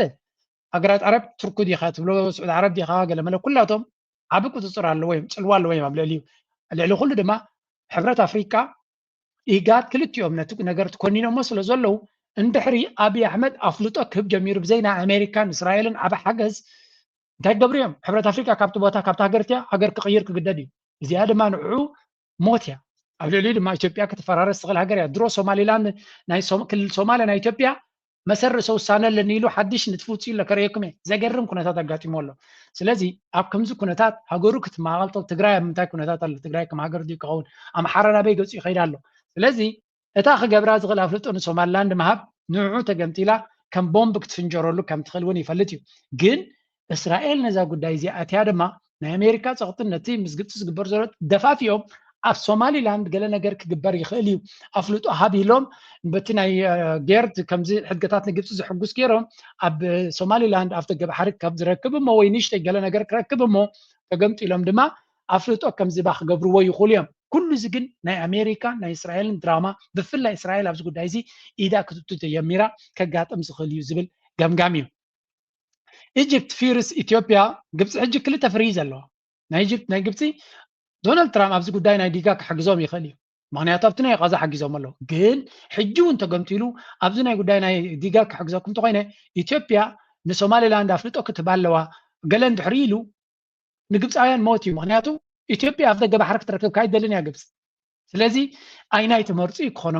ከይኮኖም ዝፈርሑ ዘለዉ ዳትስ ዋይ ድማ ስዑድ ዓረብ ከምኡውን ትርኪ ነቲ ጉዳይ ናይ ሶማሊላንድ ሞር ኣትሪሮም ክሕዝሉ ሶማልያ ኣትሪራ ክትሕዞ ዝሕግዙ ዘለዉ ቀጠር ኣትሪራ ክትሕግዞ ዝሕግዙ ዘለዉ ምክንያቱ ንሳቶም ቀንዲ ቀዳምነቶም እዛ ጌርድያ እዛ ዲጋ እዚኣ እዚ ናይ ኒል ጉዳይ ካልአይቲ ኣገዳሲናቶም ድማ ኤርትራ ናብ ኤርትራ ጉዳይ ዝኾነ ነገር ከይመፅእ ግብፂ ኣዝዩ ይፍሪ ዘለዎ ወላ ብስምምዕ እየ ዝብለኩም ግብፂ ኣመና ፍሪ ዘሎ ኤርትራ ምስ ኢትዮጵያ ከይትዕረቑ ንፍርሂኦም ኤርትራ ምስ ኢትዮጵያ ተሓሪqa ንዓሰብ ንኢትዮጵያ ክንተሓጋገዝ ኢና እንድሕሪ ኢሎም ንግብፂ ሞት እዩ እዚ ምክንያቱ ኣብ ኤርትራ ፀቕጢ የብሎምን ሓይሊ እውን የብሎምን ስለዚ ከም ንሪኦ ዘለና እቲ ጉዳይ ናብ ካልእ እውን ክኸይድ ይኽእል ይብሉ ኣለዉ ኣብ መወዳእታ analysis caution that without Ethiopia's political will US efforts risk becoming another diplomatic pause ብዝኾነ እዚኦም ንኢትዮጵያ ንዓቢ ቁሩብ ተስፋ ክብ ኢሎም ዝፀሓፍዋ ኣርቲክል እያ ትመስል እቲ ኩነታት consequences of the dam operations Ethiopia's unilateral dam operation have already harmed downstream countries ስለዚ ድሮት ኢትዮጵያ ተቆደ ደላ ንግብፂ ይኹን ሱዳን ብዙሕ ግዜ ሃሲዎም እዩ ሱዳን faced floods after emergency gate openings ንኣብነት ሱዳን ኣብ ዝሓለፈ ነቲ ጌት ናይቲ ዲጋ ብቕልጡ ስለ ዝኸፈትዎ ቅልቅልቅ ገይሩ ብዙሕ ዕንወት ፈጢሩሎም እዩ Egypt had to open the Toshka spillway to absorb irregular releases ስለዚ ግብፂ ድማ ኣብዘይ ዋኑ ብብርቱዕ ማይ ከም ዝስደድ ዝግበር ዘሎ ብዙሕ ግዜ ካልእ መንገድታት ጌራ ሽግራት ከየጋጥማ ከም ዘሎን እዚ ድማ ካሕሳ ከም ዘልዮ Egypt warns all available means to defend its water security under international law ስለዚ ኣብ መወዳእታ እዚ ጉዳይ እዚ ዕምቆት ዘለዎ ብዙሕ ሽግር ዘሎ bottom line ኢሎም ኣሎ Trump's renewed mediation is welcomed by Egypt and Sudan but faces skepticism due to Ethiopia's silence and the entanglement of the GERD with the broader Red Sea and Horn of Africa. ስለዚ እቶም ኢትዮጵያውያን ክልተ ማያት ዝብል ገርድን ቀይ ባሕርን ዘልግብዎ ዝነበሩ መህደም ክረኽቡ ስለ ዝደልዩ ዝነበሩ እዮም እዚ ጉዳይ እዚ ክመፅእ ከም ዝኽእል ይፈልጡ ነይሮም ብዝኾነ ሕጂ ውፅዋ ጥራይካ ትብሎ እዚ ከምዚ ኢሉ ከሎ በቲ ሓደ ቁሩብ ተስፋ ዝህብ ኩነታት እናረኣና ከለና ኣብ ሶማልያ ዝካየድ ዘሎ ጉዳይ ድማ ካልእ ንብዙሓት ተዓዘብቲ ናይቲ ዞባ ሻቅሎት ፈጢሩ ዘሎ እዩ What is happening in Somalia? Of Somaliland before of Berbera in Somaliland, a gateway linking the Horn of Africa to the wider world, situated at a narrow yet strategic crossroads between Africa, the Middle East and Asia. Berbera has long carried significance far beyond its shoreline. Come to what alone is it Berbera ዝበሃል እስራኤል አፍልጦ ሂባቶ ዘላ ቦታ እዩ እጂ እዚ ወደ በዚ ሓደ ነገር አጋጢሞ ኣሎ ነዛ ቪድዮ እናገበሩ ከለው ካብ ስራሕ ደው ኢሉ ይባሃል ኣሎ ዓበይ ክፋል ናይ ስራሕ ደው ኢሉ ስለምታይ ኢማራት ተቅሊል ክውፅእ ስለተባሃለት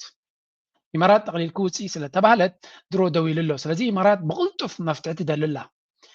ወይ ተቢዓ ከም እስራኤል አፍልጦ ሂባ ከም እስራኤል ክሰርሕ ክጅምር እያ ንኩሉ ሕግታት ዒሳ ከምኡ እንድሕር ጌራ ድማ ካብ ሃገራት ዓረብ ክመፃ ዝኽእል ተቃውሞ ከም እስራኤል ክትፃወረ ይትኽእል እያ ምክንያቱ እስራኤል ኣብ ሃገራት ዓረብ ቢዝነስ የብላ ኢማራት ግን እስላምን ሃገራት ዓረብን ኣብቲ ናታ ቁጠባ ኣብቲ ናታ ኩነታት ዓብ ፅልዋይ ዘሎ ብፍላይ በዓል ዱባይ ብዙሕ እስላሚ ድመፆም ዘሎ ስለዚ እዚ ምስ ሃገራት ዓረብ ምኻድ ማለት ስዑድያ ንህዝባ ካልኦት ሃገራት ዓረብ ድማ ህዝባ ንዱባይ ከይከዱ እንተኣጊዶም ነቲ ቱሪዝም ናይቲ ሃገር ክንደምንታይ ዳሜጅ ክፈጥረሉ ከም ዝኽእል ምግንዛብ የድሊ እስራኤል ግን ድሮ ነዊሕ ምንቅስቃስ ጌራ ኣላ እዛ ቪድዮ ነዊሕ ዝበለት እንድያ ኣብዚያ ዘላ ክፋል ግን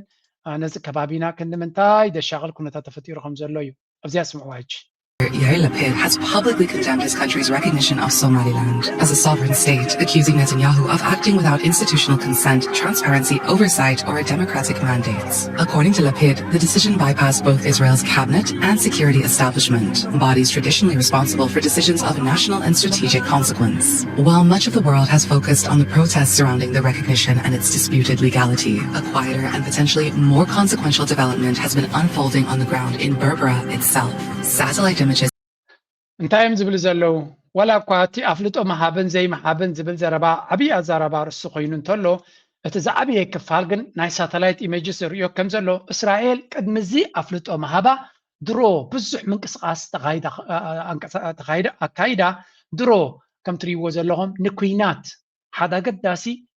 ወታደራዊ ቤዝ ሃኒፃ ንኩናት ዘድልያ ኩሉ ኣዳልያ ከም ዘላን ንዓብ ድራማ ንሑቲ ድዩ ንኻልእ ድዩ ድራማ ናይ ኩናት ክትገብር ድልውት ከም ዘላ እዮም ዝነግሩ ዘለው ስለዚ እስራኤል ነዛ ኣፍልጦ ዝሃበት ሃንደበት ዘይኮነ ብድሕሪ መጋረጃ ነዊሕ ክሰርሕ ከም ዝፀንሐት ብሽፋን ናይ ኢማራት ማለት እዩ ኩሉ ዘድልያ ትገብር ከም ዝነበረትን እስትሪዎ ዘለኹም ስምዖም ዳሃን ክሳዕ ክንደይ እዚ ጉዳይ እዚ ንቀርን ኣፍሪካ ሓደጋ ክፈጥር ዝኽእል ኩነታት images and open source intelligence reveal a deeper truth. Somaliland is a testing ground for another Israeli plan. Using a multi-layered strategy of influence, Tel Aviv is hiding behind a curtain, waiting for the right moment to strike at the heart of the Horn of Africa. ስለዚ እዚ ንሪኦ ዘለና ጉዳይ እስራኤል ድሮ ኣብዚ ቦታ እዚ ሓያል ቦታ ሒዛ ለመጀመርያ እቲ ሶማሊላንድ ዝበሃል እንተሪኢኹሞ ወላ እኳ ከምቲ ናይ ጅቡትን ናይ ዓሰብን ኣዝዩ ብንያው ድማ ናይ የመንን ነቲ ማሕንቆ ናይ ባቤል መንደብ ፅቡቅ ገይሩ ክዓፁ ዝኽእል እንተዘይኮነ ዝኣክል ስትራቴጂካዊ ኣገዳስነት ዘለዎ ቦታ ግን እዩ ስለዚ ብፍላይ ከም እስራኤል ዝመሰለ ስልጡን ዝኾነ ቴክኖሎጂ ንዘለዎ ሃገር ነዚ ቦታታት እዚ ንምቁፅፃር ዓብይ ኣኻእሎ ክበዝ ዝኽእል እዩ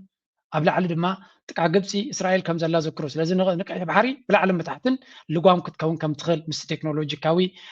ዓቕሚ ዘለዎ ማለት እዩ ስለዚ ኣብዚ በርበራ ዝበሃል ኢማራት ሽፋን ሂብዎም ብዙሕ ወታደራዊ ምንቅስቃሳት ይገብሩ ከም ዝነበሩን ዓብይ ምድላው ገይሮም ከም ዘለውን እዩ ዝንገር ዘሎ ሃገራት ዓረብ ቱርክ በሎም ስዑድያ በሎም ዝኸድዎ ዘለው ምንቅስቃስ ነዚ ስለ ዝርዩ ዘለው እዮም ኩላቶም ቀጠሮም በሎም ብዙሕ ምንቅስቃሳት ዝግበር ዘሎ እዚ ኢማራት ዝበሃል ሃገር ስኢልካ እንደገዲፍካዮ ንእስራኤል ሓፍ ኣቢሉ ኮፍ ከብለልካ ዝኽእል ቶርጃን ሆርስ ይብልዎ ልክዕ ከምዚ ኢማራት ዝብል ከምዚ ፈረስ ብዕንጨይቲ ዝተሰርሐ ዝመስል ሓንቲ ናይ ግሪክ ዛንታ ኣላ ንፀላኢኻሲ ህያብ ትቦም ኣብቲ ውሽጢ ህያብ ግን ፀላት ወታደራትካ ኢቲኻ ክትቦም ከለኻ እሞ ደቂሶም ከለዎ ተንስዮም ሳቶም ነቲ ዓዲ ከቃፅልዎ ከሎ ማለት እዩ ልክዕ ከምኡ ድማ እቲ ኢማራት ዝበሃል ክመፅእ ከሎ ጉልባብ ናይቲ ተኸዲኖሞ ዘሎ ውሽጦም ናይ እስራኤል ሓይሊ ከም ዘሎ ኣብዚ ሶማሊላንድ ድማ ንነዊሕ እዋን ንሶም ብጉልባብ ይኸዱ ነይሮም እቲ ኩነታት ድማ ሶማልያ ሕጂ ናይ ግድን ሓገዝ የድልያ ኣሎ ስለምንታይ ሓገዝ የድልያ ኣሎ ናይ ሴኪሪቲ ሓጓፍ ኣለዋ ብዙሕ ግብረ ሽበራዊ መጥቃዕቲ ብዙሕ ዓሌታዊ ኣካይዳ አልሸባብ ዝበሃል ኣሎ ካልኦት ኣለው ባይ ዘ ወይ እቲ አልሸባብ ዝበሃል ለንቀነ ሓደ ነገር ተረኺቡ ነይሩ ኣብኡ ግርቢ ዝብለኩም እዚ እስከስምዕዎ እዚኣ እታ ኢትዮጵያ ትበሃል ሃገር الحوس رئيس محدار زلوا زوبا بونتلاند كابتوم أبتا زوبا استتحزو 53 أبلاد داعش زخونو تواقاتي دارقا فرقهم إيتيبياويان مخوانا مافليتا سرحيت رشبرا بونتلاند إيتيبياويان إلو بشمن سئلن زتغسوم 26 تواقاتي ناي داعش أبقات محبر ومرا خويتات أوت إلا اتم تواقات داعش مخوانم زتقلت أول كسبات أو آخرانا وكبابي المسكات دحر وقع كم استتحزو حلتات سأتا بونتلاند آفليتا مالو حلتات بونتلاند داعش المسكات نحد عمد كواغو كم صنحون داعش دما أبكاب حد عبيت عرضات حيزو كم زلون حبيرم حيركان أب المسكات نزركب داعش سعيرم تسرحيت أب مودعتا أيقر مكو منغن أهدم سبات انتاي ناقود رخيبنا زلنا أتازياتهم كو نعني إرترا بقبر شبرا فاند تقبري أيلون زخصواكو مالت نعناسي انتاي كنقبرا لنا نزي هاقر زي اكسبوزن مقبار እዚኣቶም ብቪድዮም ብስእልን ብሽምን ዝተታሕዙ ምስ ዳዓሽ ምስ ኣይሲስ ትዝኸፈ ግብረ ሽበራዊ ሓይሊ ዝበሃል ምስኡ ዝሰርሑ ዘለው እዮም ናው ምስ ዳዓሽ ዝኣክል ይሰርሑ እንተለውሲ ምስ RSF ኣይሰርሑን እዮም ኢሉ መን ክግምት ይኽእል ምክንያቱ ዳዓሽ ነብሱ ዝኸኣለ ሰይጣናዊ ትካል እዩ ኣብኡ ክሰርሑ ዝኽእሉ እንድሕር ኮይኖም ኣብቲ ናይ ኢትዮጵያ ትካል ኣብቲ ናይ ኣብ ሱዳን ዘሎ ዳዕመ ሰሪዕ ምስኡ ክንምንታይ ክሰርሑ ዘይክእሉ ብገንዘብ እቲ ሃገር ናይ ገንዘብ ፍቅሪ ኣብ ኢትዮጵያ ዘሎ ሪኢኹም እዮም ፀገማት ዘሎ ናይ ገንዘብ ባህጊ ዘሎ ስለዚ ኣይኮነም ዝዳዓሽ ምስካል ክሰርሑ ዝኽእሉ እዮም ስለዚ ኢትዮጵያ ንሶማልያ ርግኣት ንኸይትረክብ እቲ አልሸባብ ዝበሃል አልሸባብ ኣብ ሶማልያ ሽግር ዝፈጥር ብዙሓት ወታደራት ናቱ ካብ ኢትዮጵያ እዮም ዝመፁ ኢትዮጵያውያን እዮም ብገንዘብ ዝቁፀሩ ማለት ስለዚ እቲ ገይም ናይ ብሓቂ ዘገርም እዩ ስለዚ ሶማልያ ሓደ ካብቲ ነዚ ዝህንድስ ዝነበረ ኢማራት ስለዝኸውን ክኸውን ኢሎም ስለዝግምቱ ነቲ ቦታ ናይ ኢማራት እንድሕር ኣውፂኻዮም حقاف كترف يبلون من كتوت لك رايبو مبزي defense cooperation agreement with Qatar after ending UAE security ties. Somalia has signed a new defense cooperation agreement with Qatar just days after formally ending all security and defense arrangements with the United Arab Emirates. According to Somalia's state-run news agency SANA,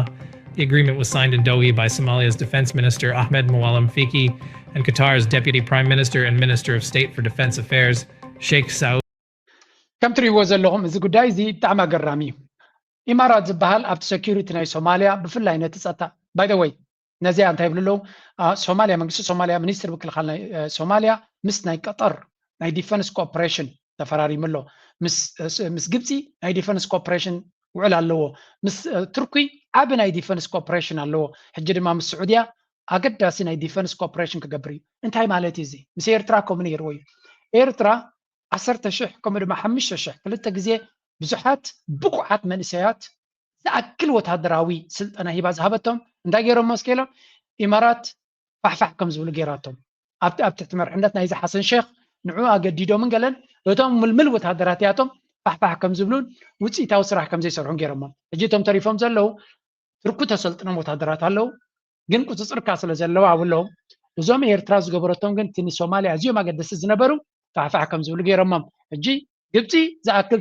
قال خسلتنيو إثيوبيا زبال دراما مفترية وزلوا كما عقاب سلام كويناتي لوجن دراما ترايز فتر انتهي سكيب له جبس سوماليا بقطر باجت ناي ديفنس ناتا حاجز كركبي مستبعله بلصقنا زوصو فيديو رايوزي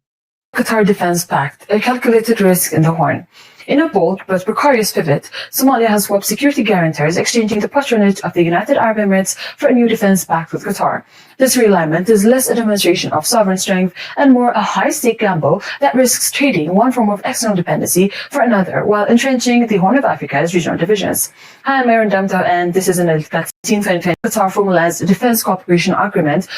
እንታይ ስከብልለው ኣይሓፍሩን እዮም እዚ ሶማልያ ጌራቶ ዘላ ሓደ ሶማልያ ሉላዊ ሃገር እዩ ዘዋፅኦን ዘይዋፅኦን ዝፈልጥ ሃገር እዩ ሶማልያ ጌራቶ ዘላ ንኢማራት ኣውፅያ ብቀጠር ምትካእሲ ሓደ ዓብዪ ቁማር ዓይነት ፆታ ኢና ንርኢ ዘለና who are you መን ኢኹም ንስኻትኩም ነታ ሃገር እትያ ንዓመታት ኣብ ድርቁስቁስ ከም ተኣቱ ገይርኩማ ዘለኹም ብዛዕባ ሶማልያ ክትገብሮ ትኽእልን ዘይትኽእልን ዝምልከተኩም ጉዳይ ኣይኮነን ብፍላይ እታ ኢማራት ትበሃል ነዛ ሃገር እዚኣ ከምዘይትቐውም ብክልተ ግራ ጠጠው ንኸይትብል ኣብ ኩሉ እናሓንኮለት ፋሕፋሕ ተብላ ዝነበረት እያ ነተን ስቴትስ ፋሕፋሕ ከም ዝኣቱን ሶማሊላንድ ናብ ሃገር ክኸይድ ድሕሪኡ ፑንትላንድ ከምኡ ክብተን ጁባላንድ ከምኡ ንክብተን ተዳሉ ዝነበረት ሃገር እያ ንኢማራት ምጥራዞም ድሮ ኣነስ ብዘረባ እምበር ኣብ ተግባር እውን ክበፅሕ ይኽእል ይኸውን ኢልና ንዛረብ ነርና ድሮ ናብ ተግባር ወፅዩ ሓደ ካብቲ ዝጭበጥ ዝረአ ዘሎ ተረኺበ ከርየኩም እየ እቲ ቦሳሶ ዝበሃል ዝነበረ ቤዝ ኮምፕሊትሊ ፈሪሱ ከም ዘሎን ካብኡ ቀፂሉ እውን እቲ ካልእ ቦታታት እውን ብፅኑዕ ተኣዚዛ ንክትወፅእ ተገዲዳ ከም ዘላ ዘርኢ ኩነታት ንርኢ ኣለና ስለዚ እዚ ንሪኦ ዘለና ኣብዚ ኣላትኩም እዚኣ ደሊ ፀኒሐ ድሮ እቲ ስጉምቲ ወሳነ ከም ዝኾነን እዚ ትሪእዎ ዘለኹም ኣብ ቦሳሶ ዝበሃል ካብዚ ቦታ እዚ እቲ ብዙሕ ወታደራት ናይ ፀዓዱ እዞም ዕሱባት ዝተቆፀሩ ብገንዘብ ኣብዚ ቦታ መፅኦም ተመላሚሎም ተደላዲሎም ካብዚ ናብ ኩፍራ ዝበሃል ናብ ሊብያ ድዩ ናብ ጫት ከይዶም ካብዮም ናብ ዳዕመ ሸሪዕ ዝስለፉ ነይሮም እዚ ኣዝዩ ኣገዳሲ ቦታ ዝነበረ እዩ ካብዚ ጠርኒፋ ክትወፅእ ምኻላ ንሶማልያ ንኢማራት ዕቁባ ተሰይራ ንሱዳን ድማ ዓብዪ ኣገዳሲ ዓወት ክኸውን ዝኽእል እዮም ዝብሉ ዘለዉ ስለዚ ካብዚ ቦታ እዚ ድሮ ጠርኒፋ ጠቕሊላ ክትወፅእ ምኻላ ነቲ ውሳነ ብኢማራት ተወስደ ኣዝዩ ውፅኢታዊ ተግባራውን ኮይኑ ከም ዘሎ እዩ ዝንገር ዘሎ ናይ ብልፅግና ሚድያ ግን ከም ትሪእዎ ዘለኹም እዚ ውሳነ እዚ ዓብዪ ቁማር ዘለዎን ካልእ ሳዕቤናት ክፈጥር ዝኽእልን ክብል ከይሓፈረኹም ዝብል ዘሎ ሶማልያ ነዚ ሒዛቶ ዘላ ውሳነ ዝያዳ ካብ ቱርኪ ኣብዚ ቀረባ ከማንት ናይ ቱርኪ ኣምባሳደርን ናይ ስዑዲ ኣምባሳደርን ኣብ ሶማልያ ተራኺቦም ብዛዕባ እዚ ጉዳይ እዚ ሞር ቀጠር ድማ ኣብ ጎኑ ስለዚ እዚ ጉዳይ እዚ ንሶማልያ ነዛ ሕጂ ተፈጢራ ዘላ ሓጓፍ ተጠቒማ እዛ ኢማራት ትበሃል ተዓልያትላ ከላ ተቐላጢፋ ሓድነታ ሕይላ ዲፈንስ ናታ ምክልኻላ ኣበርቲዓ እንድሕር ከይዳ ከም ሃገር ክትቆም ትኽእል እያ እንተዘየለ እዞም ዓረብ ገና ከምዚ ሕጂ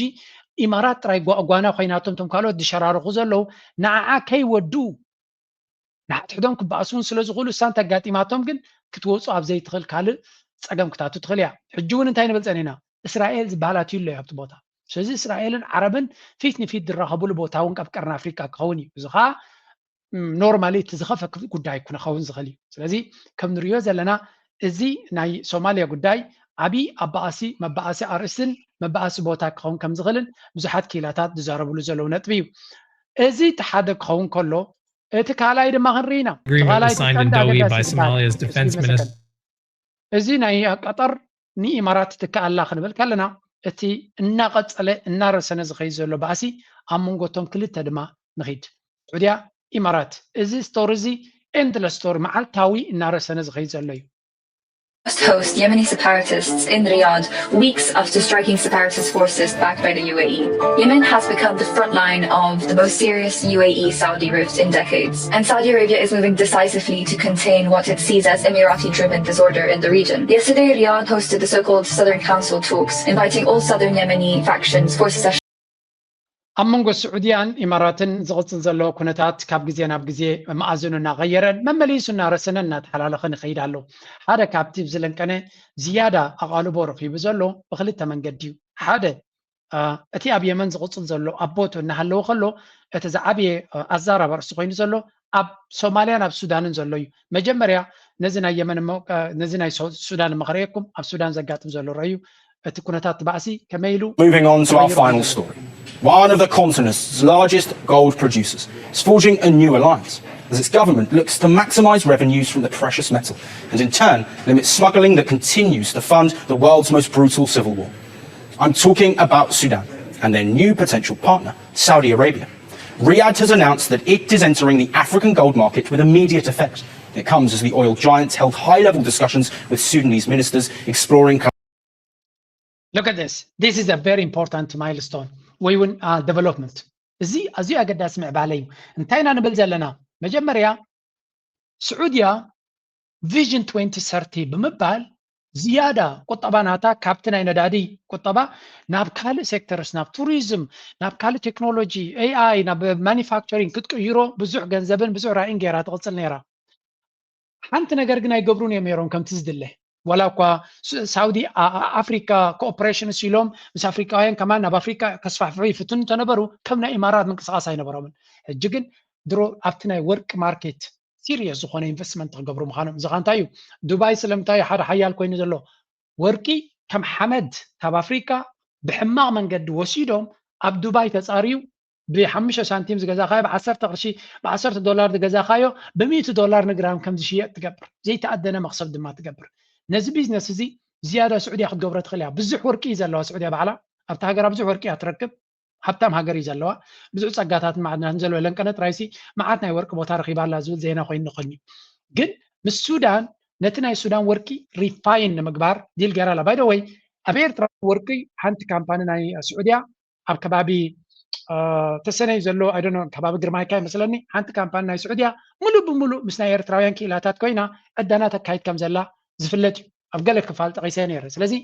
እቲ ጎልድ ማርኬት ናይ ኣፍሪካ ናይ ጎልድ ሪሶርስ ኣብ ምውፃእን ንዑ ማኒፋክቸር ምግባር ነቲ ቁጠባናቶም ዳይቨርሲፋይ ንምግባር ወይ እውን ካብ ነዳዲ ንምእላይ ኣብ ዝግበር ዘሎ ቅድድም ዓብይ ጉዕዞ እዩ ወላ እውን እቲ ኢማራት እቲ ኣብ ኣፍሪካ ትገብሮ ዘላ ሓደገኛ ጉዕዞ ንዑ ዝምልከት ንዑ ዝደስስ ዝነበረ እዩ ብሓፈሻ ነዛ ኣርስቲ እዚኣ ብካልእ መንገዲ ከሪአኩም የግን ንሽተይ ንስማ high-level discussions with Sudanese ministers exploring collaboration in mining sectors. The agreements will see the Saudi gold refinery process Sudanese gold at its state-of-the-art facilities. And this move is set to benefit both parties immensely. Starting with the Gulf states, the new initiative aligns with Saudi Arabia's Vision 2030 economic plan. This is a blueprint for the kingdom to diversify its economy away from just the oil sector. Saudi Arabia wants to be positioned as a global leader and moving into منايتو منو إذا جايم زيا إيرتراون مور إنفستيجيت كتجبر هذا اللي هو قدايا نتايم زبل زلوا توركي من السودان كوبريشن خلتي كربح بزخيل الريفاينري نكتاتاتاتو الريفاينر ويون مساري نورك كاب حمد نورك صغير نعم بريزنتنا إيرترا كزارب كله بريزنت سياسة فورك كزارب كله حدا كابتب زعبا ورك كزارب كله مرت على لو تزرباناتو حقوس هيكونن حمدينا كون شيء زلنا يزبل أما رأس اللي زي بوليس جبر زلوا مرت حقوسي كونه جبر زلوا you can sense تي سمعتي أبكالم زي خمسة لكم يجي آية دالغون حقوس هيكون بتي حمد نشوطه زلنا زي ولا تناي حتى إندي قلنا الحمدينا نجوهر زلنا معناته انتاي نمنتاي زعزنو بأزي حصور واقعها خشوطة تجدد سلام تايك مشاركة سلا زي بالك أتوم مشاركة تكنولوجيك بخاص سلا زي دليل إمبر بس أرينا يورك أنت نجزنا يرنا تزلنا وركتنا حمد كوينو شيء ناس غير زلوا نعو بس أري جرنا أو تينا بعلنا تنساريو ما هفتمنا له نيرنا ግን በዚ ሕጂ ዘለዎ ኩነታት ኣማራፂ ብዙሕ ይብልካን ስለዚ ሱዳን ብዙሕ ወርቂ ዘለዎ ኤርትራ እውን ብዙሕ ወርቂ ኣለዋ ምክንያቱ ኣብቲ ኑባ ሺልድ ዝበሃል ኢና ዘለና ንሕና ብሕጂ እውን ብዙሕ ወርቂ ክርከበና ዝኽእል ዓዲ እዩ ስለዚ እዚ ምስ ስዑድያ ዘሎ ኮኦፐሬሽን ድማ ልክዕ ከምዚ ኣብ ሱዳን ድሮ ነቲ ናይ ኢማራት ዝነበረ ዕድላት ብሓቂ ዩጋን ኢማራት እያ ተኣቱ ዘላ ኣብዚ ነዚ ወርቂ ዘፃርያ ድማ ቫልዩ ኣዲንግ ይበሃል እዚ ነቲ ዘለካ ካብ ሓመድ ትሸይጥ ዝነበርካ ካልእ ደረጃ ሳልሳይ ደረጃ ኣብፅሕካ ክሸጦ ከለካ ዓብይ መክሰቢ ዘለዎ ስለዚ ፖቴንሻል ናይ ሃገርና እውን በዚ መልክዕ ኢና ንሪኦ ምስ ስዑድያ ኣብዚ ዓመት እዚ ኣብዘን ዝመፀ ዘላ ዋርሕ ሓደ ዓብ ልኡኽ ኣገዳሲ ልኡኽ ናይ ስዑድያ ናብ ኤርትራ ከይድ ምዃኑ ዝዝከር ኮይኑ ምናልባት ነዚ ጉዳይ እዚ እውን ኤርትራ ኣብ ዝርርብ ክመፅእ ዝኽእል ኮይኑ ይስማዓኒ ግን ብሓፈሻ ስዑድያ ነቲ ገይም ብሰኪሪቲ ጥራይ ዘይኮነስ ነቲ ናይ ኢማራት ቦታ ብቁጠባ ክትክኦ ነቲ ኢማራት ኣነ ይገብሮ ኣለኹ እናበለ ትዛረበ ዝነበረት እውን መተካታ ናቱ ፈጢራ ኣብ ኣፍሪካ ኣገዳሲ ናይ ቢዝነስ ፓርትነር ኮይና ነቲ ዘሎ ሽርክነት ነቲ ዘሎ ፀጋታት ነቲ ዘሎ ንግዲ ከምኡ ነቲ ዝሕረስ መሬት እውን እንትኾነ ኣብኡ ዝያዳ ዳይቨርሲፋይ ክገብሩ ከም ዝደልዩ ኤርትራ ድማ ነዚ ከም ፃዕዳ ኢዶም እዮም ትፈልጥዎ ብዘይ ቃል ዓለም ብሕፅር ዝበለ ናብቲ ካልእ ኣርእስቲ ባእስናቶም ከይሰገርና ከለና ነዚኣ ኣወል ስዒድ ለንቀነ ፅቡቅ ገይሩ ተዛሪብዋ ነይሩ ብጉዳይ ናይ ሱዳን ብፍላይ ኣበየላታ ናይ ኣወል ስዒድ ካብዛ ሌተስት ፕሮዝ ናቱ ዝበላ እዚኣ ስምዕዋ ناب إمارات متسر إمارات هب قداي السودان إمارات كما قلتلتانا يتبع هجرات ما كلاي مبرغن أفريقان سلوان معباي تقبرو زل عن دارنا عناون متتتو أبكينات السودان زلوات الكام اتهون السفح استراتيجي معباي زرقيو بلعل على الخران كله أبو ظبي كم مشارخ تم معبال السودان يزمسل اتحققن كاليو إمارات أبقى ما قم كيح بحر أفريقيا يخون أبكرنا أفريقيا حنت خبتن حيالات تواساتن سلاويتن كوينان موتسايت ويا كاب أبو ظبي كسب مداوب تسودان زخونت مانغوي ما كلاي أفريقيا زخيت القامتاو إمارات أب سودان تقبر إنفستمنت مالت حرشا ودباتن عدنان نايلكس تكبار زي كونس استراتيجيا ودحنت نمركاب تقبرو زلا من قصغاسي هجرات وشمت والسنة داد زي تزوننا بزح فريان مريت زي بلن مسموخانن ناب دبوب ينتمتها زلوا سودان هبتا محمد ورك ازمل الصبحنا حرشا مريت نزلوا نغطبا مدربدا زغودلو حرشان معدنن ماينت باغريا كوبانياتات إمارات نحيالو عمتات بحدوان بعسرتات أشعات هكتار السفحاتو سفيح مريت سودان بهدات كعدقات صنيحينين زحر الشاتات زي نعداقاتات إمارات دامبر نسدرا بيتات سودان نابع سودان يكونن زقرب مغصبو نابع داقات دبي دامبر نابع داقاتات خرطومن أبزغبا بزركو بحبرة سباتنا يكونن زغيد منقو السودان نزوع لازم حتو خطوة مزجمرة دمايو انفستمنت إمارات كوفرنا بتسلوا معباي كابتسلوا معباي نابت ألقى مقتاو السقرة أبزي عجات تقراين ورق تقراين دلالا أبي أحمد علي ني إماراتن أبقمت كأتزلو غدايو نملسنا بسودان حركاتي بزوج زي زبلو ورق ناي تقراي بيرترا غيرو دبي خيد زبل كسلو كل غزي بسودان غيرو يوبليوم جي انتايو حدا نغير نصوريو توركي كاب تقراي بين غيرو نابي كم زخيد كاب تقراي ورق خمس وص اب دبي كم زبصح اذن كلتا نغرات راي متحاز يليكا اتزغرم اتدراما مالتي توركي كاب تقراي وصيو ناب دبي خيد انت قد شكا غبي ارترا تخين دبي كتوزو ابي احمد كوفي اللي لنا بارا كيلو it's unbelievable زي كم نريو زلنا دحر اب امارات هاي زبل حق له اتورك ترا يمصا ينبر كابا يمصي خايا قداس يكونن زي جي بالجزيره دي بخالوت هجرات ببي بي سي استقبر دوكمنتار له تورك كما يلو ابورساتات كوينو كابتن ايربورت كي تفتش يحلف زبل زخونه ازي اب اثيوبيا زلو كنتات امارات اموداتا نزي اب سودان نتنا حرشا بوتاتات نتك اب كباب نيل زلو بوتاتات كثيراتو سلازلا بارسيف منقد مالتيو بمنقد اثيوبيا غيرا كللا محراون اتكوينا طبعا محراز كايزلو مزز تعازلو يزبال تي ابا محراز كايزلو هذا كابت ازيا قداس بوتا نسو سلازخونه نعون دحيسكا نت السودان زبهال يقول نت جبس وانك تقاصر زباله تعدل سلازبالكا بزبلصقنا خوينكا امارات كل نغيرو كتجبر كم تخيل كتحجزا كم تخيل بعبيو اتي كللا محرا ابي كقاصرو تخيلو نا امارات حيلي ابت كبابون كحيلي سلازي حجون انت خونتنا يا محرا قالسي ولا قبزا نا اول سعيد فيديو صبوق يرا نصير وتلوتي صمدو نا يا محرا زنا يا محرا حبرت بدحر مغارجا مش عبي يركبكم زلو زرئي ويزا تنبه تزاري بنيري حدنات ناي فانوك ماتسيو صمدا ناي عبرونت زبل وي كحبرت ناي صمدا ناي محرك سمعيكم يلي تزاري بنيرو سمعكم ما خالهم يلي نيرو سلازي بقمت راي زارب سب كم زي كونه فليتنا لنا مالت تاين مالت يزي ازي نغرات ازي تعازلو امارات دما بقطبا اتيا ذاتك دليتاتا نخته سمر سفتنيا ازي نغر ازي ابي رغبنا لنا مسيلكم اب سودان ترى يكونوا غيرهم من هذا قدايزي انا كل غزي حادث تيب نقميت كوز دكم سلازفتني ابزي دارك بوكس بالكم زوصو قد محجون طقس ابيلنا نيرنا امارات السعوديه انا خيت عود السودان مفراس ترى يكون تنسريها ان كل لاين السعوديه كتفرسات دلز على لما السعوديه محمد بن سلمان زغورو زلو حيال زخونه سقمتታት اب يمن بزغبر زلو اب سودان بزغبر زلو ترى يكونن ناب سعوديه غصو استبغسه قداي كم زنبرو حدا كابو ناي سعودية سئلي ويكا إيمج ويكا براند مغيار محمد بن سلمان تايجيرو نكريستيانو رونالدو سيديو ماني كومون بزحات عبيتي بيج ستارز كابيروبا ببزع جنزب جزيو نبال نصر الهلال أفجلز بحالة كلابات ناي سعودة نتنا السعودية ليج لعل جزء كم زمت سكيرو السود رايقنا يكونن السعودية وانك عالم نخط انجد ብዙሕ ፃዕሪ ዝገብር ዘሎ እዚ ኻንታዩ ኢንፍራስትራክቸር ንሃንፅ ኣለና ንኩዕሶ እግሪ ንዕብል ኣለና ሻክት ሓንተ በደ ይኮነስ ክለባት ናትና ይዓብያ ኣለዋ ብዙሕ ህዝቢ ኣለና ስለዚ ዋንጫ ዓለም ክንእንግድ ኢና ዝብል ሓሳብ ዘለወሉ ኢማራት ንበዓላ ክትእንግድ ክንድትፍትን ስዑድያ ንኸይትእንግድ ብድሕሪ መጋረጃ ኣብ ኣፍሪካ ኮራፕሽን እናኸፈለት ገንዘብ እንታይ ትገብር ነይራ ኢሎም ስዑድያ ሰብኣዊ መሰላት ናይ ስደተኛታትን ናይ ካልኦትን ስለትግህዝ ክወሃባ የብሉን ብዝብል መንገዲ እናፈረመት ብገንዘባ ገይራ ብድሕሪ መጋረጃ ብመንገዲ በዓል ሕብረት ኣፍሪካን ካልእን ገይራ ስዑድያ ነቲ ናይ 2034 ዋንጫ ዓለም ንኸይትእንግድ ደይመደይላ ክሰርሕ ከም ዝተሓዘት ዝገልጽ ሓበሬታ ውፅኦም ኣለዉ ስለዚ according to a well-informed sources ብለናሎ the strategy summarizes information obtained by dark box indicating that ሰሊኹ ዝወፅእ ሓበሬታ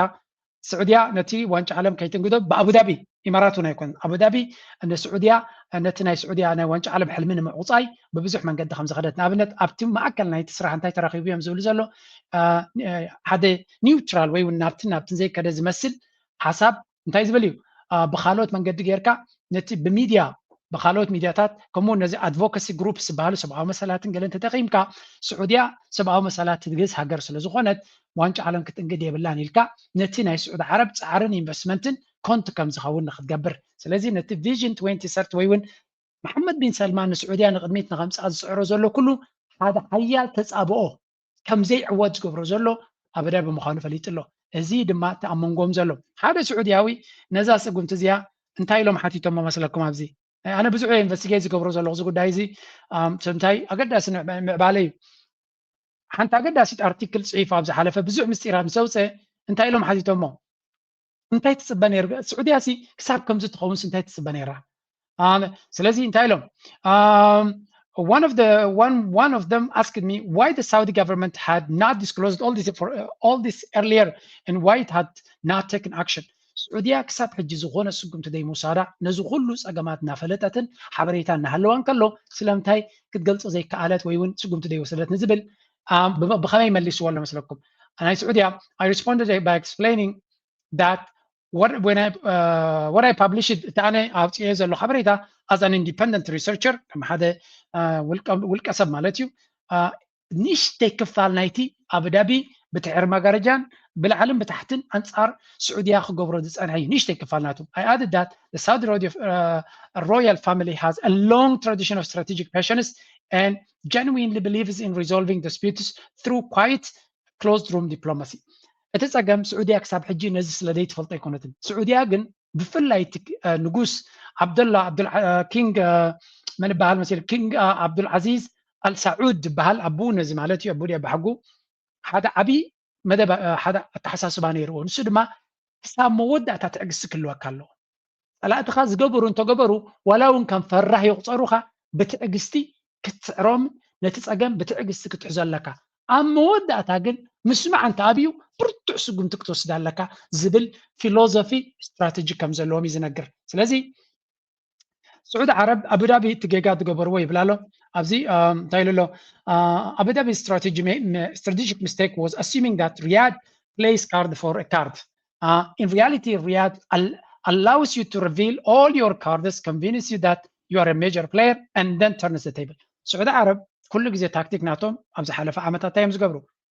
ولا حنت زي قدسوا الكاد دليت كاخد جبر نسخال عليهم كم زخون كا سقي لهم يمزروا يخيلوا حنت سقوم تبز جبر كجبر ملسي كونن زوبيلو سقي لهم يريو أمودة أنا أبو دابي كل خجبر زغل أفتزوبات جبارن حداقن كم كوينو خمس سمعوا غيرو كل تتنقلون شطارو مسرعيو شعو كل تفزخونه سقوم تبموسات أب حتى يرجزي أنا تجزع نتا مدبناتو هذا إيش دش بلوالو يبلو سلزي زي محمد بن سلمان زغطلو ده الاستراتيجي ناي أبوز نفر استراتيجي ناي أبو ناي سعودية زبال his grandfather أبو حقو مالتيو the founder of modern Saudi Arabia King Abdulaziz Al Saud زبالة مالتيو سلزي تتعجستيك سمودة تتصميمك أمودة تجن الحرنا وحدة تثبيت سقوم تتوسد برتع سقوم تجن كهونا على بمبال تزاريبه سلزي نزكت من مقبارنا رئيسي لون تايلو تعرفين يا رمزي بزحات هجرات already إمارات تجبر زال أبزيها مثلا نبزيها زلاسة درون زيان تايب له إذا حجين جبر زلنا بيننا وناي كونان بزحات هجرات عرب أبغون السعودية أبغوني ኢማራት ተሰሊፎም ኣብ ጎኒ ስዑድያ ከም ዘለውን መራሒ ናይ ኣልጀርያ በሎ መራሒ ናይ ሱዳን በሎ መራሒ ናይ ሊብያ በሎ መራሒ ናይ ሶማል ኩላቶም ልኡላውነት ናቶምን ሓድነት ናቶምን ሃገሮምን ሓደጋ ኢማራት ከም ዝወደቐታ ብግልፂ ክዛረቡን ክኸሱን ፀኒሖም እዮም ስለዚ ስዑድያ ተወዘ ዘላ ስጉምቲ ብዙሓት ሃገራት እስላምን ዓረብን ሃገራት ዓረብ ጥራይ ዘይኮነስ ሃገራት እስላማውያን ሃገራት ኣብ ዝተፈላለየ ኩርናዕ ዘለው ዘጋጥሞም ዝነበረ ፀገም ስለ ዝኾነ ንስዑድያ ምሉእ ድጋፍ ክህብዋ ተራእዮም እዩ ዝብል ዘሎ እዚ ሕጂ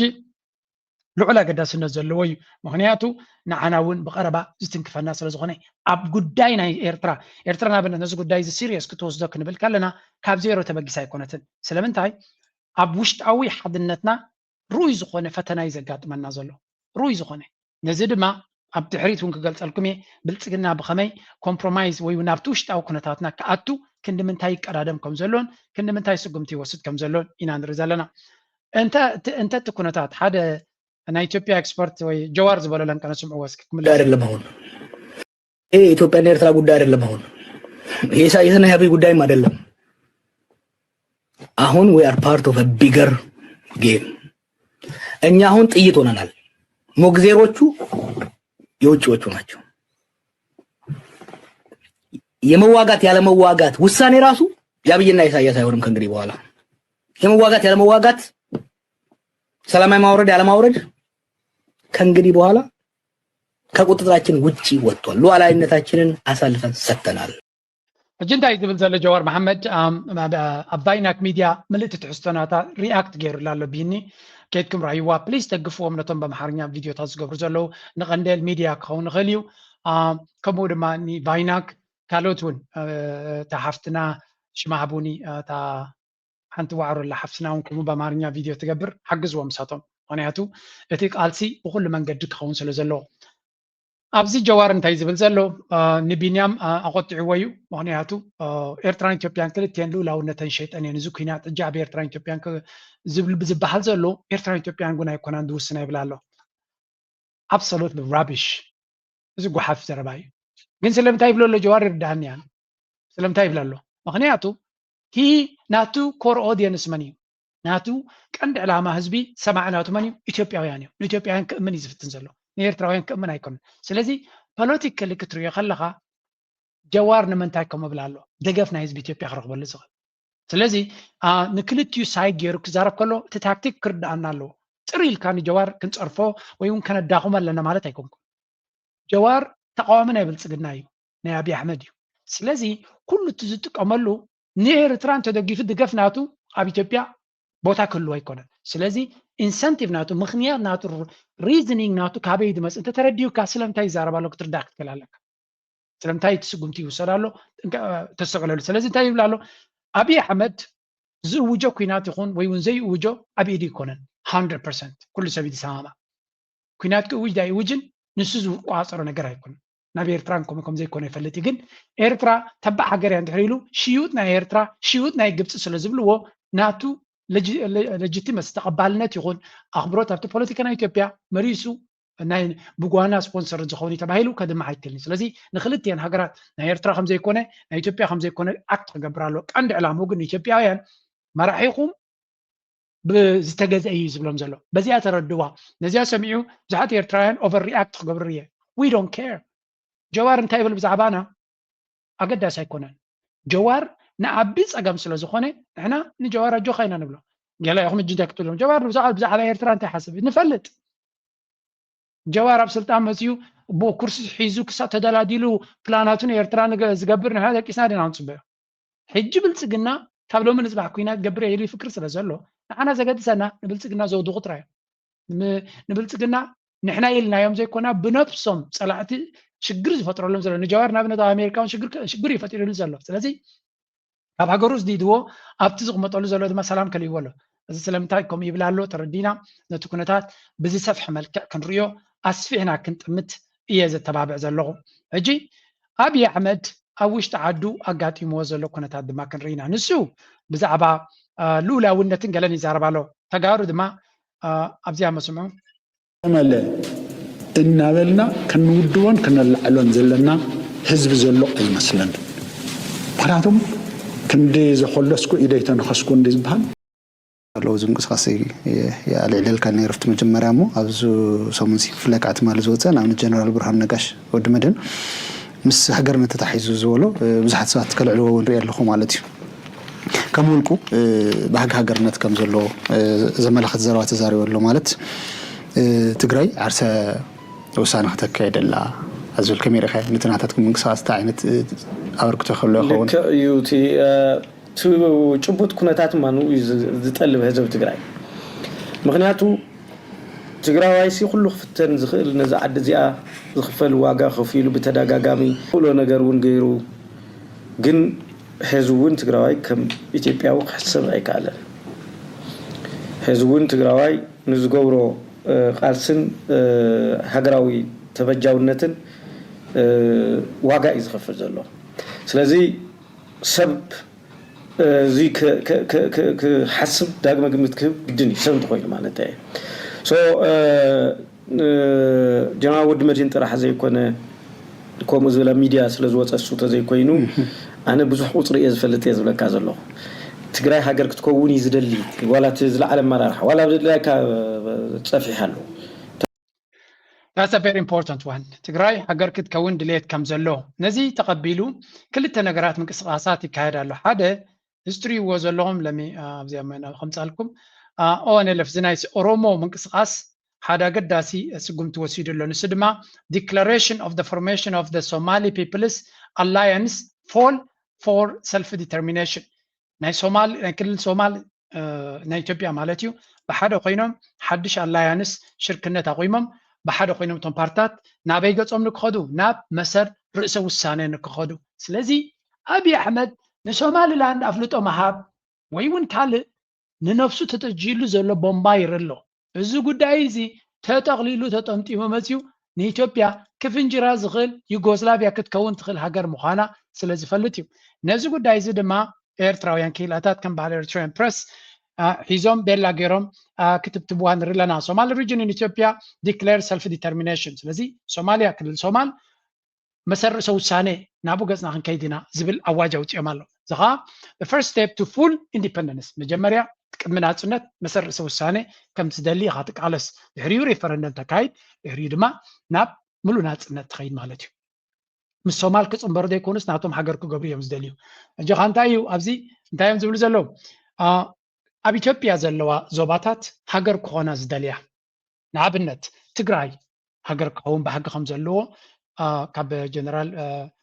كسم صنيكم ولا أبرها ممر أبرها دما بزي سبح ملك كزارة بس أني أب أورومو لومي 4 كيلو سلة تقاصروا ناي أوروما كم هجرنت تحت ما جرى جاسر لو بقولت كن أي زارة بولونيا Somali region درو تبغى صوتات وسيدو زلوا كم زي ناي أودس مالت تقولوا تاتوني قالتي زعبوا بزح كزارة بعيد لنا جامبيلا زبال زوبا مالتيو معناته معراب سوداني مس إثيوبيا زرخب يبلو من درجة إثيوبيا دم درس ساعتهم ينترفوتي زي نسأجاتهم ترى كوينو إثيوبيا درس ساعتنا زبل سمعت على لن كانت رئيسي جنبي لك أصل كله سراويتنا يتبل سجنا هنا يمت لذي استرس ساعنا هنا زبل سمعت على كابو أمحرا كونت إثيوبيا يوكو عصر زلجن أبزي وانزك أسمعكم نسوا الناس سمعت على عفار وتهدروا كل تمناتهم نعبي خير له سلزا بعفارون سيريز خونه مقصاص له Southern Nations region تقولوا أبيب كون خليو سيداما region كمرما بين شانغول زبال سلزي بزحات له بزح مقصاصات زلهم قال يوم أبتبغ درجة زلوا قال يوم لما نابنا تجراي كم هجر نكون تدخلوا تزعبي مغنياته حدا هجر ناخذ كون طبعا قال ملك تقول تخليها ما جاي مرة زليكا وتهدروا عقميم مغنياته هجر كوني كتب الكلها نهاجرنتك بغلطن كها ترغاغصو زلا كامبر لمين كاترايكم سلازي تግራይ حيال زخنو تدراو قلصم الله بلصقناو كده فروم زي قاله سلازي زي حدا خول زخنو درعي امحاره حيال زخنو تدراو قلصم يهانصلو سلازي الزون اتا 4 كيلو تقاصرات زي كيلكا هاجر ناي مخان حلم خمزلو